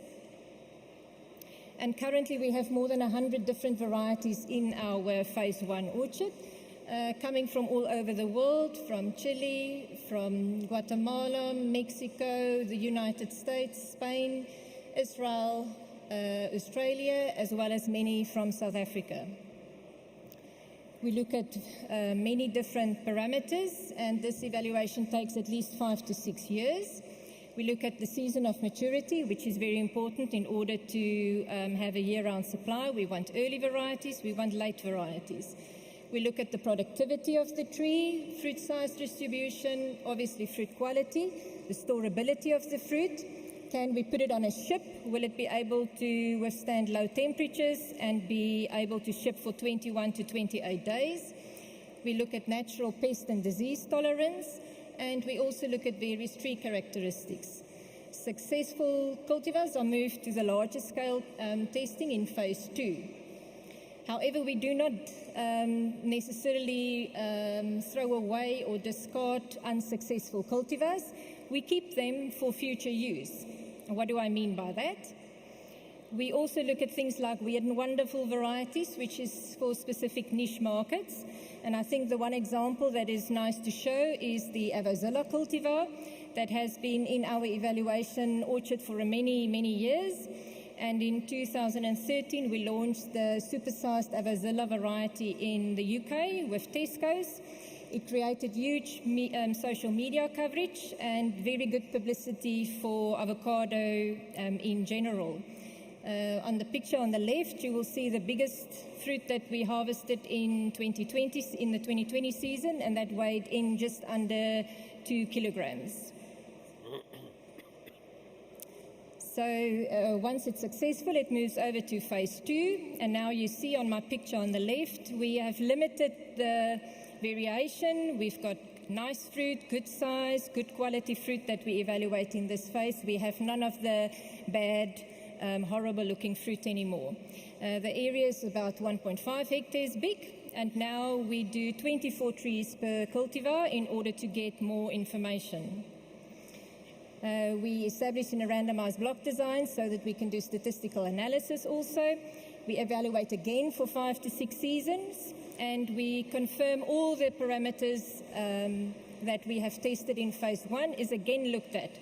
But because we've got more trees, we can now also do multiple harvests in order to establish the earliest, the optimum, and also the latest harvesting date to ensure good quality eventually on the markets. We do regular sensory evaluations, trial exports with our partners in the UK, for instance, in order to do market and consumer acceptance studies. Once it's successful in phase 2, it will move over to phase 3, which is our pre-commercial evaluation. And typically, we have now, coming from 100 cultivars, we are now down to only 2 to 3 cultivars in this phase at any time, because we've thrown out and discarded all the ones that didn't make the grade. So now we look at the specific varieties in different locations to look at the adaptability to different climates and soil conditions, etc. Typically, we do half a hectare to 1 hectare, including also always a commercial comparator in order to do a proper evaluation. We continue with pre-commercial exports to confirm market acceptance of the cultivar. And finally, after about 25 years, we can now start commercializing a variety. However, the commercial release of a cultivar is also dependent on a few factors. Firstly, it has to successfully complete all the first 3 or 4 phases of rigorous testing. It also depends on the ownership of the cultivar, because we also evaluate cultivars for third parties, and it depends on what their motives are and how they want to develop their cultivar. There's a lot of paperwork involved. There's also master license agreements sometimes in place. And of course, the potential value for commercial use is also important. We make use of plant protection in terms of plant breeders' rights and plant patents. And that's put in place in order to allow commercialization to be done in a sensible way. Westphalia has successfully released 2 varieties from our evaluation program in the past. On the left, the 2 pictures on the left is the Carmen Hass variety, or Mendes number 1 as it's also known. It's an early season variety, at least 4 weeks, maturing 4 weeks earlier than Hass, which gives many growers the opportunity to enter the Hass market much earlier than before. The second variety on the right is the Gem variety, and that's a late season variety with excellent fruit quality and very good storability. So, to end off, a few concluding remarks made in 1920, that's more than 100 years ago, by a person with the name of Wilson Popenoe, who was an agricultural explorer for the United States Department of Agriculture, and he wrote the following: "In selecting varieties for commercial planting, it must be borne in mind. The tree must be vigorous and hardy enough to grow successfully in the particular location which the planter has in view. It must in time produce sufficiently large crops of marketable fruit to make its culture commercially profitable. The fruit itself must be given consideration from a commercial standpoint. Attractiveness, flavor, shipping qualities, season, and other important characteristics should be considered in respect to the market it is proposed to supply." And with that, today it is still valid. We need to start off with a wide genetic basis, and we need to carry on and build on it until we end up with a basket of well-tested varieties that will serve the avocado community in general. I thank you for your attention. Thank you. Thank you very much, Therese, for your presentation. The Netherlands play a key role in the avocado flows to Europe. And I don't know if you know, but it's the second largest exporter of avocado worldwide after Mexico. Dutch companies have a privileged view on markets and on high value-added activities such ripening and the distribution process. Let's now invite on stage Ernst Woltering from the Wageningen University and Research in the Netherlands. And let's have a look also at the strategies for managing those ready-to-eat products which now account for 50% of what you're doing in the Netherlands. Thank you. Thank you very much. I also would like to thank the organizers for giving me the possibility to speak here. As you can see from the title, Avocado Ready to Enjoy, I think it's definitely very important that the avocados that end up in the supermarkets, that they are all of good quality, because that is the most important thing that can make the consumption grow, I think. Okay, you have already heard some statistics about production and consumption of avocados. So it's clear that the production is still growing worldwide, and that Mexico is the biggest producer at this time, followed by Colombia. The main markets where the fruit are consumed is in Europe and the USA. The USA has also itself some avocado production in California. There is not so much avocado production in Europe. There is some in Spain and there is some in Italy, but not a lot. So what it means that most of the avocados have to be transported a long way from the place where they are produced to the place where they are consumed.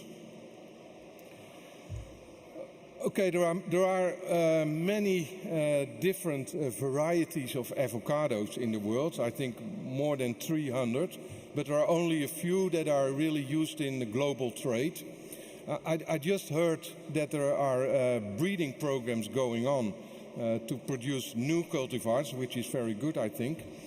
But the global trade in avocado is mainly concerned with the variety Hass. There is some Fuerte also, but if you can see it in the graph on the left side of the screen. that almost 90% of the avocados that are traded is the Hass avocado. And this is done because of its good agronomical properties and also its good behavior in the storage. So avocado is presumed healthy. It has all kind of good characteristics. There is a huge amount of antioxidants, and antioxidants are considered good for your health. It has a high level of vitamin E. It has high vitamin K and folate.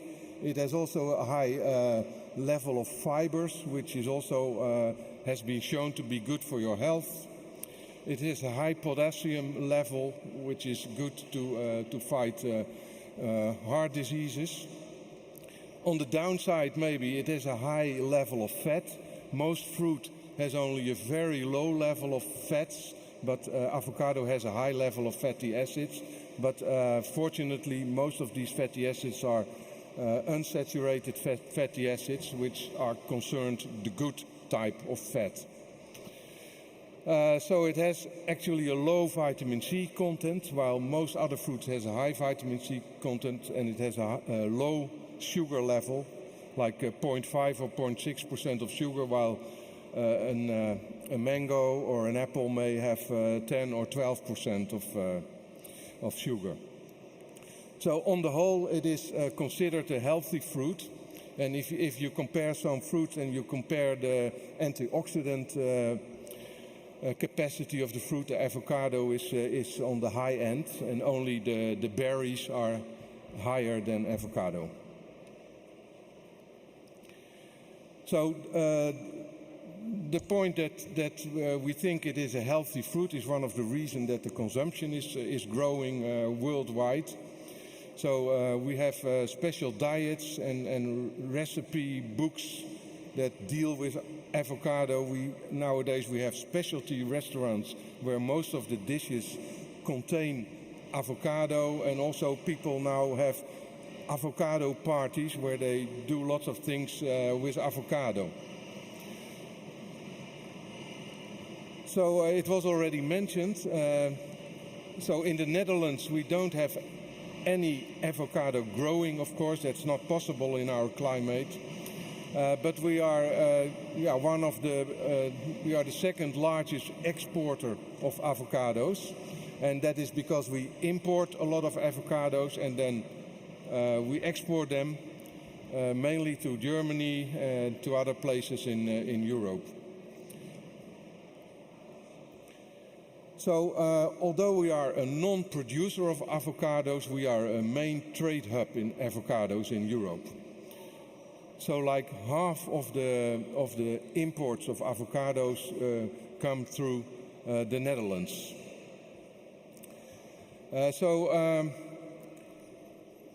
Several very big tropical fruit traders are located in the Netherlands, and often they import the avocados, and of course they export also avocados, but in most of the cases they add value to the fruit by ripening them. So I name a few: Nature's Pride, Bakker Barendrecht, Greenery, Total Exotics. We have many more. They all receive the avocados, and after receiving them they ripen them, and then they sell them either in the Netherlands or in other countries in Europe. So if you look at the consumption, it was all mentioned before, the consumption in Italy is apparently very low, so people eat less than one fruit per year. So if you look at the whole of Europe, it's about 1 kilogram per person per year. But if you compare that to some other countries like the United States or in Canada, you see that there is a huge potential for growth. So I think in the last 5 years the consumption has increased in Europe by about 200%, and we think that this is partly due to the fact that avocados are put in the supermarket as ready to eat. So people can be sure that if they buy the fruit, that they can eat it the same day or the next day. So if you look at the contribution of the ready-to-eat fruit in the supermarket, this is an example of France. You can see that over time that the contribution of the ready-to-eat is growing, and also the price that people pay for a ready-to-eat fruit is growing a lot. So I saw lots of examples here in the demonstration that the people may pay even 3 or 4 euros for one fruit, but in generally I think the ripe fruit goes for about 1.4 or 1.7 euros in most supermarkets. So, and that is a pretty high amount for a single fruit. So let's talk a bit about the avocado chain.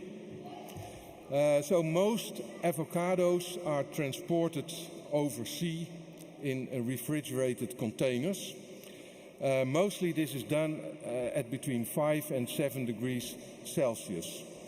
The fruit, avocado fruit is sensitive to low temperatures, and that can cause chilling injury, which gives you very black patches on the peel, and it may also give you gray flesh. So it would be very nice if also in the breeding programs the avocado could be made a little bit more resistant to low temperature, because then we can store it probably for longer or transport it for longer, because then we can put it at a lower temperature. So often on top of the low temperature there is a controlled atmosphere added in the container, and that mostly is a low oxygen concentration. So the oxygen concentration in normal air is about 21%, but we lower that to about 3 to 5%, and we increase the carbon dioxide concentration, which is normally about 0%. We increase that to about 5%. And these two conditions, low oxygen and high carbon dioxide, slow down the development and the ripening of the fruit, because you don't want the fruit to arrive already ripe. Now, transport time from most destinations are about between 3 to 5 weeks, and in a container on a ship you can easily have a delay of 1 or even 2 weeks if something happens in the logistics. So on arrival in the Netherlands, mostly they are stored for maybe another week, or they are exported, or they are ripened and thereafter exported again. So ripening takes place under specific conditions in ripening rooms, and it may take 3 to 7 days to ripen the fruit so that they can be delivered to the supermarkets.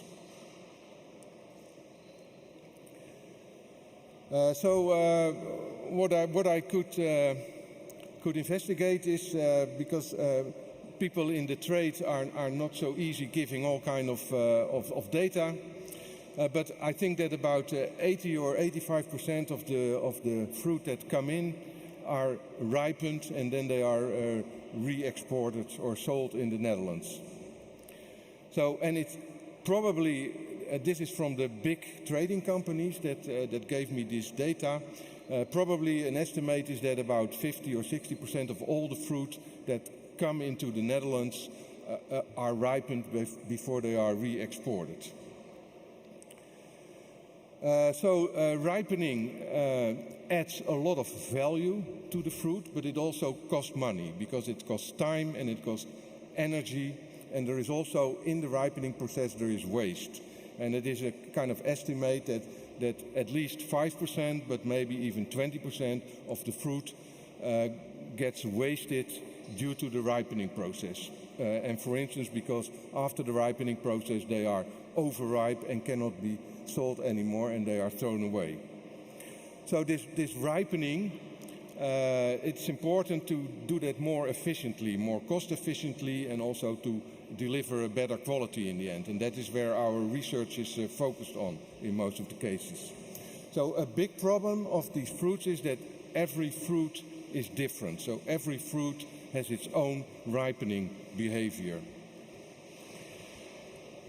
So that means that if you have one batch of fruit that comes from a certain location, let's say somewhere in Peru, when it comes in and they start ripening it, for instance 4 days at 20 degrees, it means that after the 4 days most of the fruit are ripe or ready to eat, but there are also fruit that are not ripe, and there are also fruit that are overripe. So you always have waste in this process. Now, one of the reasons that Hass is so much used in the global trade is that when it ripens, it becomes black or dark brown. So the color is a good indication for the ripeness, but it's not the best indication, because it depends on the situation under which the fruit ripens, whether it will really show this black color. So like the color is an indication, but the firmness of the fruit is a much better indication of the ripeness. So actually, if we start ripening, we should monitor the changing firmness to determine whether the fruit is ready to eat or not.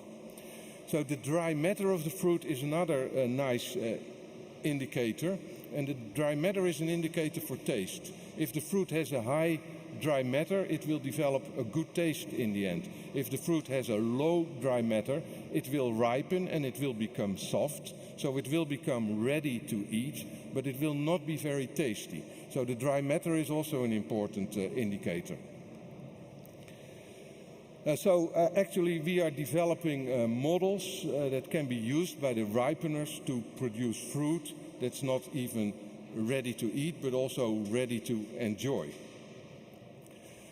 So this is a technical picture. When the fruit come in, they are all rock hard when you try it by hand. But actually, if you measure with an instrument, you will see that within a batch of fruit that comes in, some are very hard and some are still hard, but less hard. If you ripen these fruits, and this left graph shows you the ripening behavior of individual fruit, you see that they all have their own pattern. And if you look at the right picture, you will see that some of the fruit will be ready to eat after 2 days, and some of the fruit will take 4 days, and other fruit will take 8 days to become ready to eat. So you can imagine if you ripen this whole batch during a certain time at a certain temperature, only maybe 80% will be okay, and 20% will not be okay, which you cannot use to bring to the supermarket. So the temperature, of course, has an effect on all biological processes and also on the ripening. Is my time almost up? But my slides are not. So you can play with the temperature to speed up the ripening or to slow down the ripening. So also ethylene, which is a natural ripening hormone, has an effect on the ripening.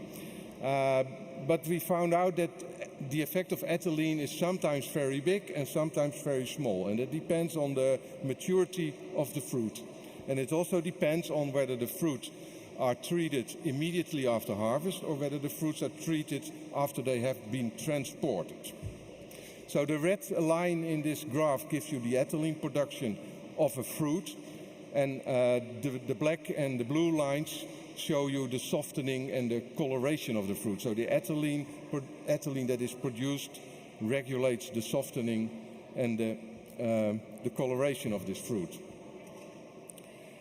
I will skip this slide. I will go to this. This is a kind of visualization of the models that we make. So we look at the dry matter content and we look at the firmness of the fruit when they come in. And then we also need to know whether it's a late season or an early season fruit. And then we can more or less determine how long they need to become ready to eat. It's a little bit different if they are stored for a long time. I will also skip this. So we can measure the amount, or we can measure the firmness in a non-destructive way by using an acoustic method. This is just an example how an acoustic spectrum looks like.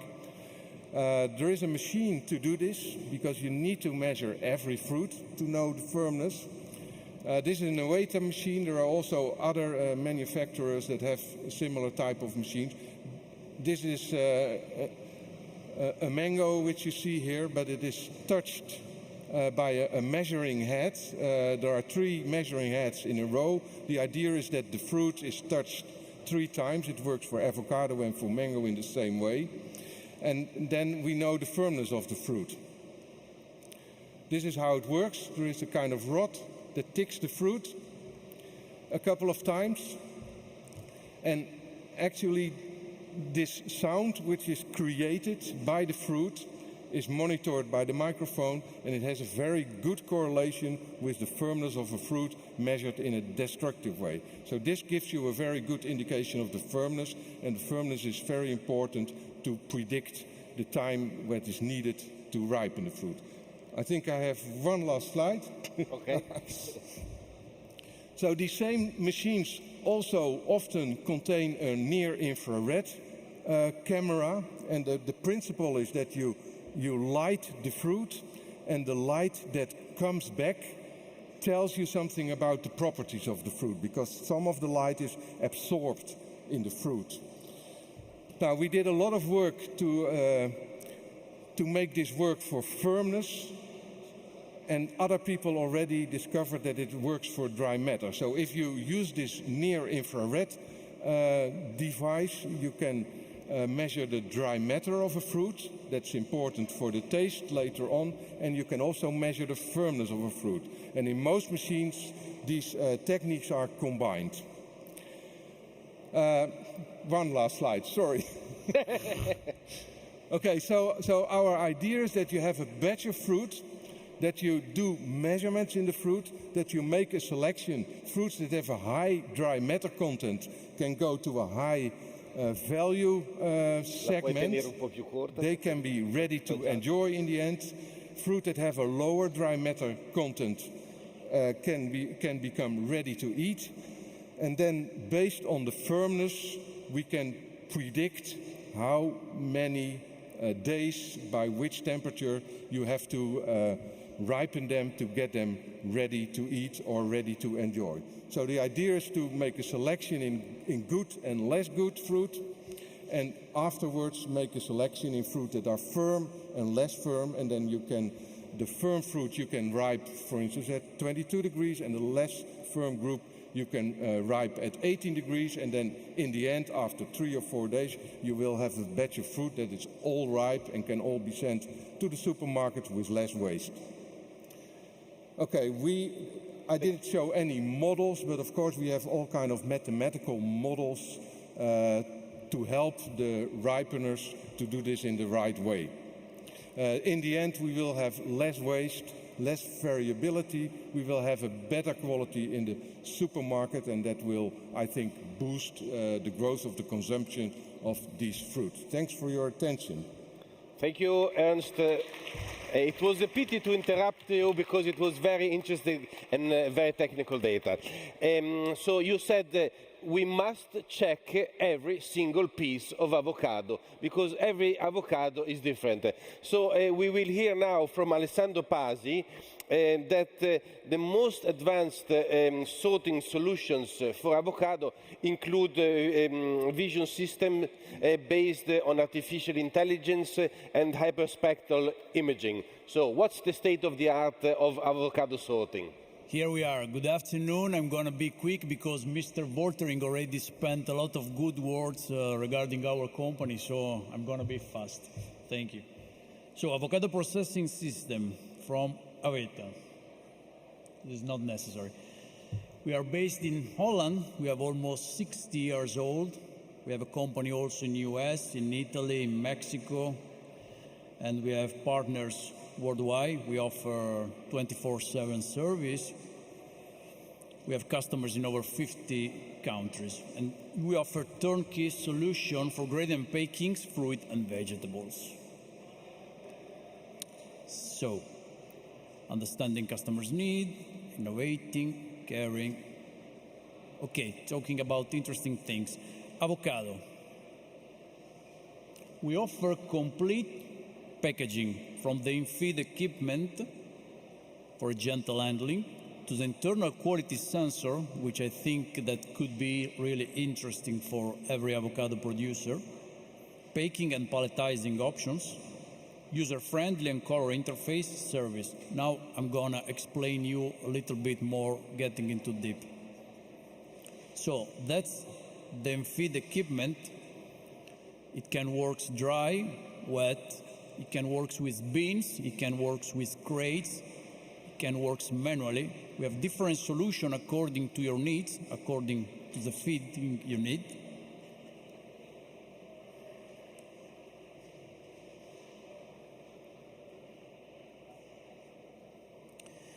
So, because avocado, there are a lot of varieties, we develop different systems according to the variety. That's a roller star, that's a machine designed for us varieties, so smallest avocado, it can let the fruit rotate 360 degrees in order to see every part of the fruit. It's a very gentle machine. I invite you to have a look in our booth if you can. This is a machine for bigger varieties like Fuerte or Sultano. It's designed for this. It's very gentle.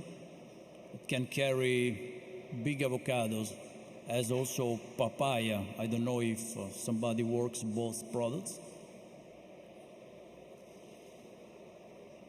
Well, we have very different, we have a variety of packing options from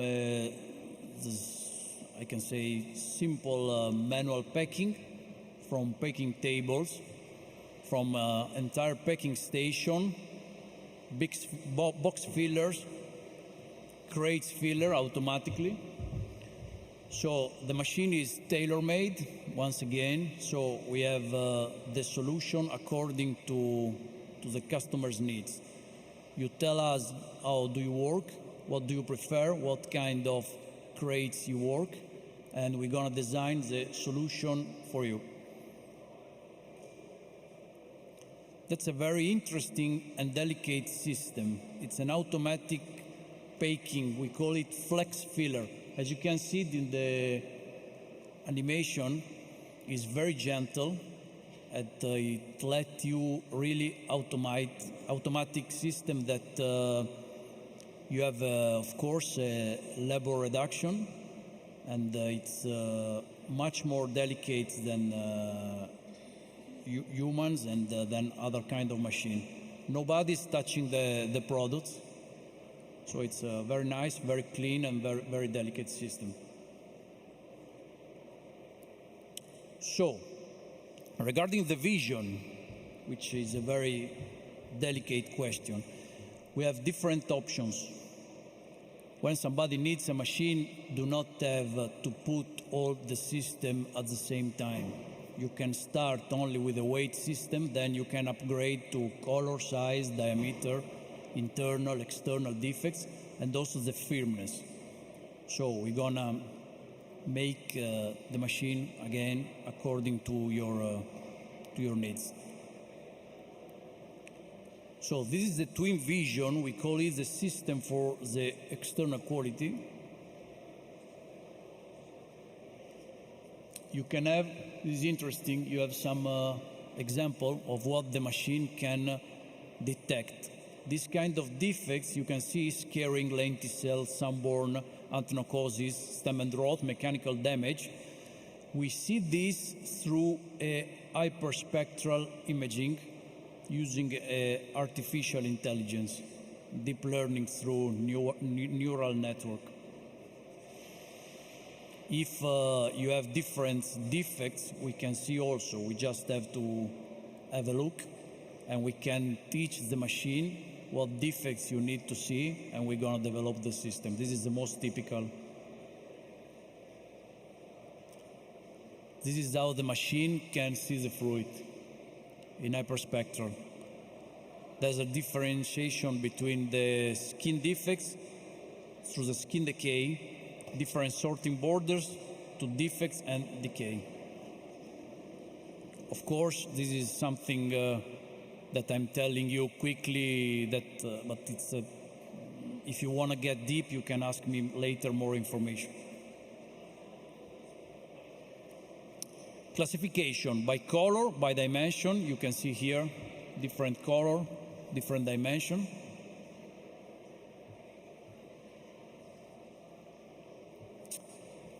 AFS sense, this is the firmness sensor.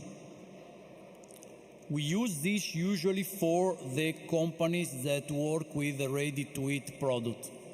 So usually in Holland, France, UK.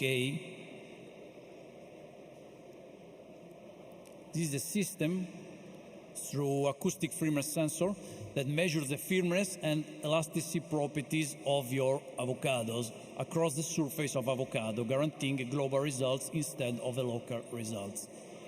It's very precise, reliable, and also this we have in our booth. If you want to have a look, we have avocado, you can make a test, you can have a look with great pleasure. This is this kind of technologies that I can speak for hours, but in the end the best thing to do is to see and to try and to have a look.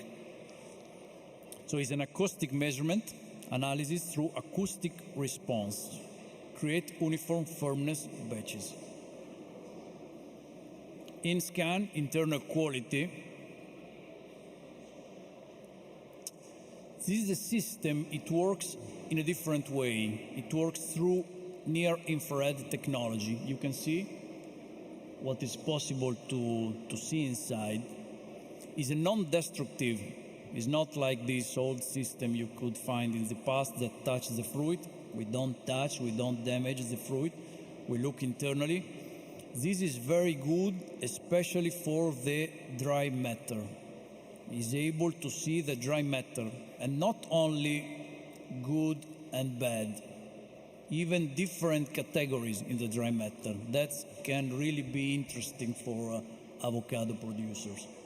Internal rot, gray pulp, internal browning, physiological disorder.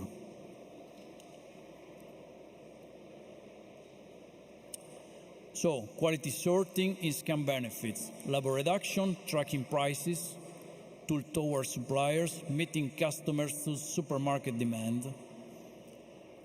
Of course, the most important thing is that this system, it can give you the niche products. It can guarantee you homogeneous batches of external and internal quality. Of course, you can combine internal and external, or maybe use only one if you need only one of this system. This is a flow master. This is the user interface through, you use the interface to operate the system,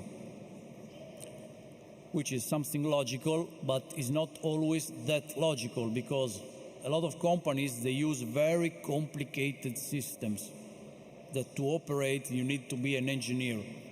For us, it's very simple. Everybody can learn how to use our system in few hours. As you can see, it's a very user-friendly, intuitive, article-based, update features, feedback for operators. Consider that this system is always connected with us 24 hours, and for any kind of questions, you can chat, you can call our operator that through internet can help you to make some adjustment, to change some parameters. It's a multi-screen, and you can inside even upload your company carton logo or maybe create a new design. So really it's very, very easy, it's very simple to use our machine.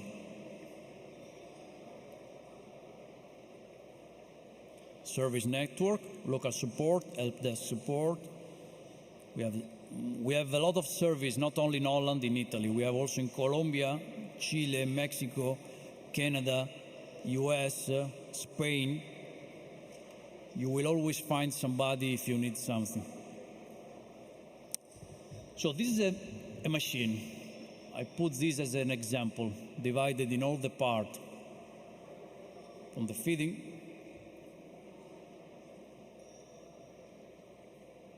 this is where the fruit get in line before entering to the machine. This is the machine itself.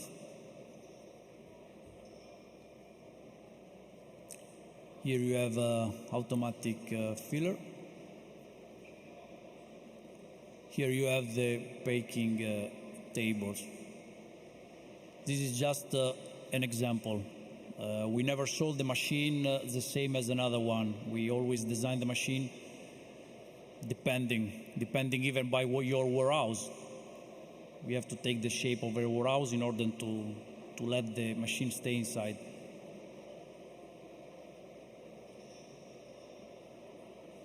This is some machines, 6-lane with cap. This is a roller for us in Mexico.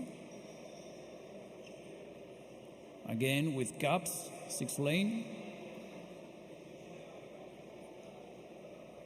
This is some of our customers. Thanks to them.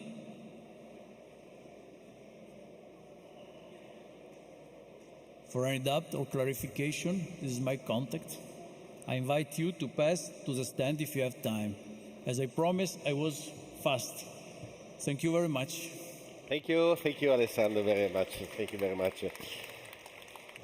So we heard that avocado is a very delicate product, that not everything goes always right 100%, but there is something we can do for all the products which are not suitable for large-scale distribution, for retailers and for fresh consumption. This is what we will hear now from Aldo Pesce, from company Amenduni, who will talk to us about the technology to extract avocado oil. Thank you very much. So thank you very much. I know we are at a late hour here, so I will try to be fast in my presentation. So now I'm going to present an alternative way on how to exploit the value of avocado, especially when the avocado is not suitable for international.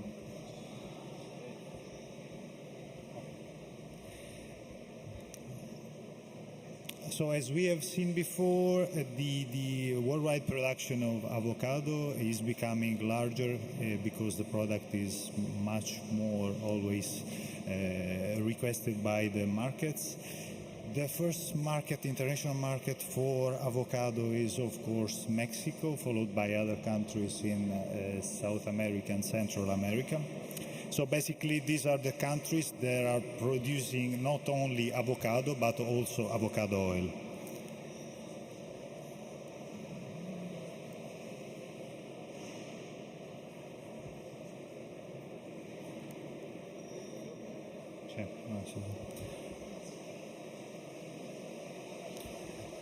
The harvest of the avocado is generally a manual harvest. So during this process, a great number of workers is involved, especially in countries like Africa or in South America. The avocado supply chain is a very long one, and also we find that during this supply chain there is a great loss of value throughout different stages, as we find many brokers, and as not all the fruits that are produced by the farmers are arriving at a consumer's table. So an alternative that can be considered is to extract the oil that is present in the avocado. Typically, the avocados that are used for processing in avocado oil extraction are fruit with aesthetical or ripeness issues. So we are talking about fruit with some rotten fruit, with some mud, fruits that are not accepted by the markets. Also, the avocado oil has become an important alternative during last period after the pandemic, when emerged very important, very crucial issues especially in logistics on how to transport fresh fruit. So many companies have explored this alternative because it's easier to manage and also is fast responding to maybe the regulation that are evolving very fast. Considering that avocado oil can have a shelf life for approximately 1 year if well preserved, if well stored. So also there is an increasing demand for the same reason we have heard before, because the avocado oil is considered also a product that can have some health benefits, that can give to the consumer some health benefit. So just a number to give you an idea of the size of the market that arrived to $500 million in US dollars in 2020, and also the raising of the production and consumption of avocado is testified by the experience of new growers such as our friend that had a speech before about the production in Italy, in Sicily. So this is a fruit that has a bright future.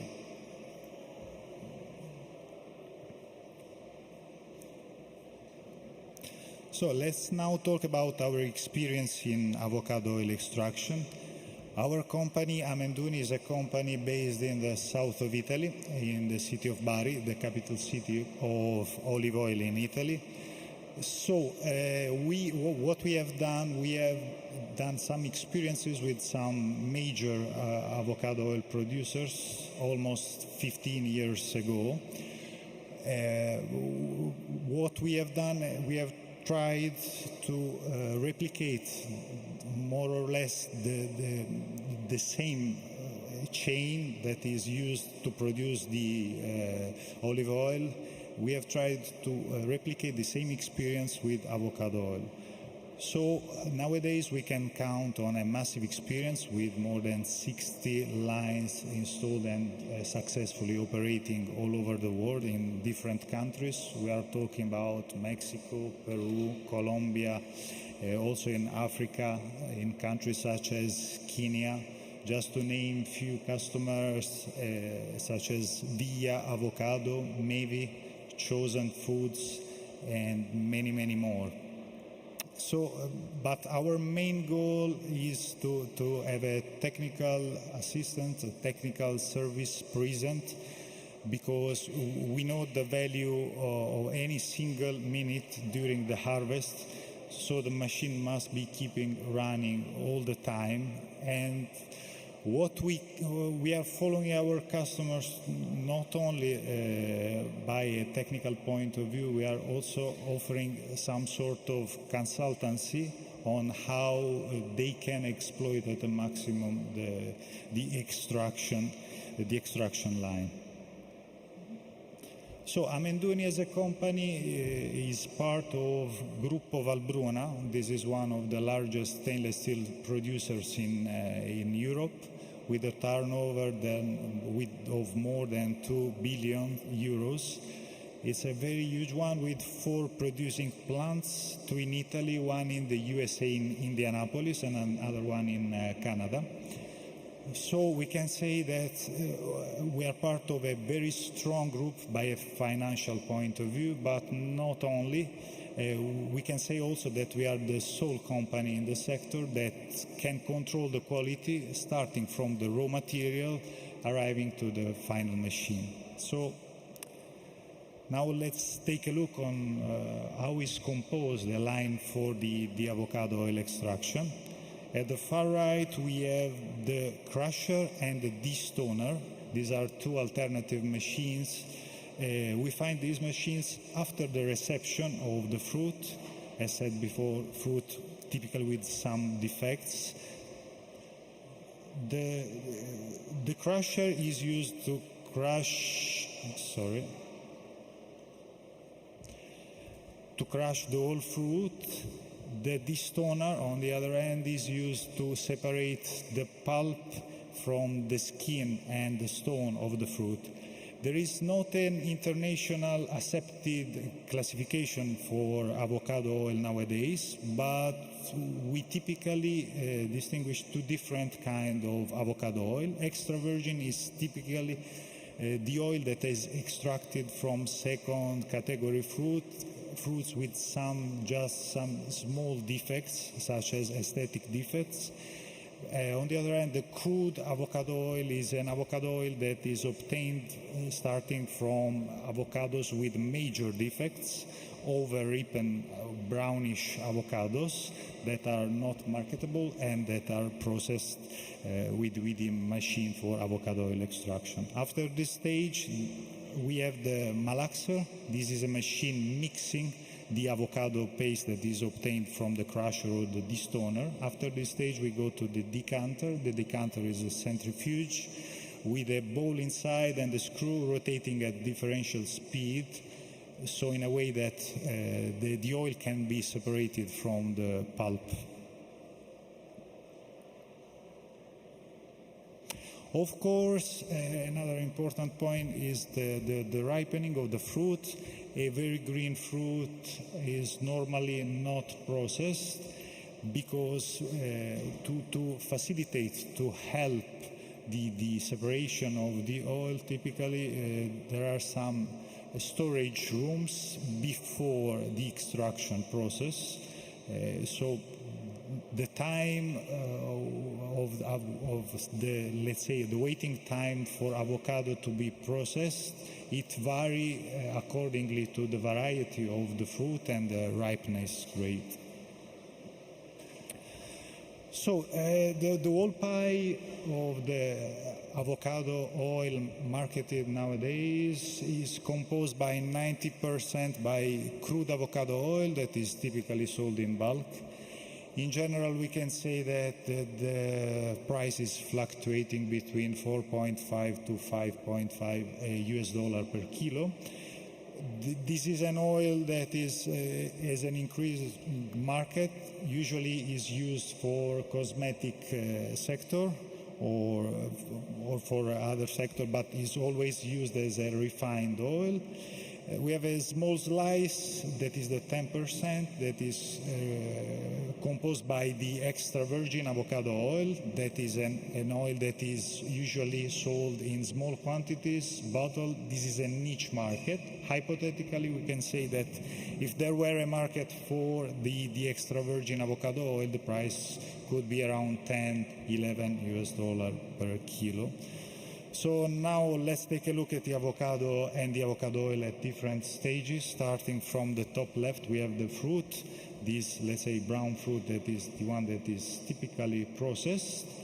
Then after the crushing process, we have this kind of paste we have on the top right. So the malaxer is making this paste more and more homogeneous, allowing the separation from the decanter. We have at the bottom right. So this is the oil coming out from the decanter. In this case, we can see extra virgin avocado oil. And then we are going to another further step of clarification to the separator. And this is the last stage of avocado oil extraction. The percentage of oil you can get from the avocado oil extraction is in a range between 5, let's say, to 19%.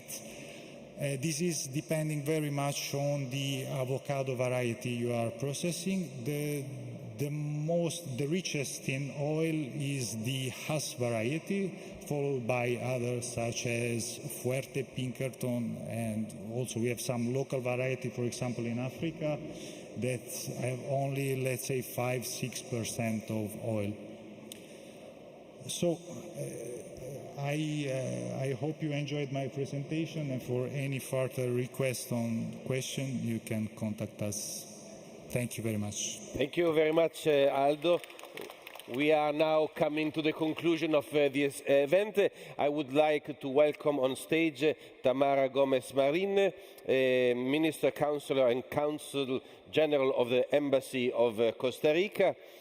Thanks for joining us. Costa Rica has now an important role because they are sponsoring our business lunch. So thanks for addressing our participants. Buongiorno a tutti. A nome dell'Ambasciata del Costa Rica e dell'Agenzia per la promozione del commercio estero, Procomer, Vi ringraziamo per la vostra presenza oggi a questo business lunch in occasione del Tropical Fruit Congress.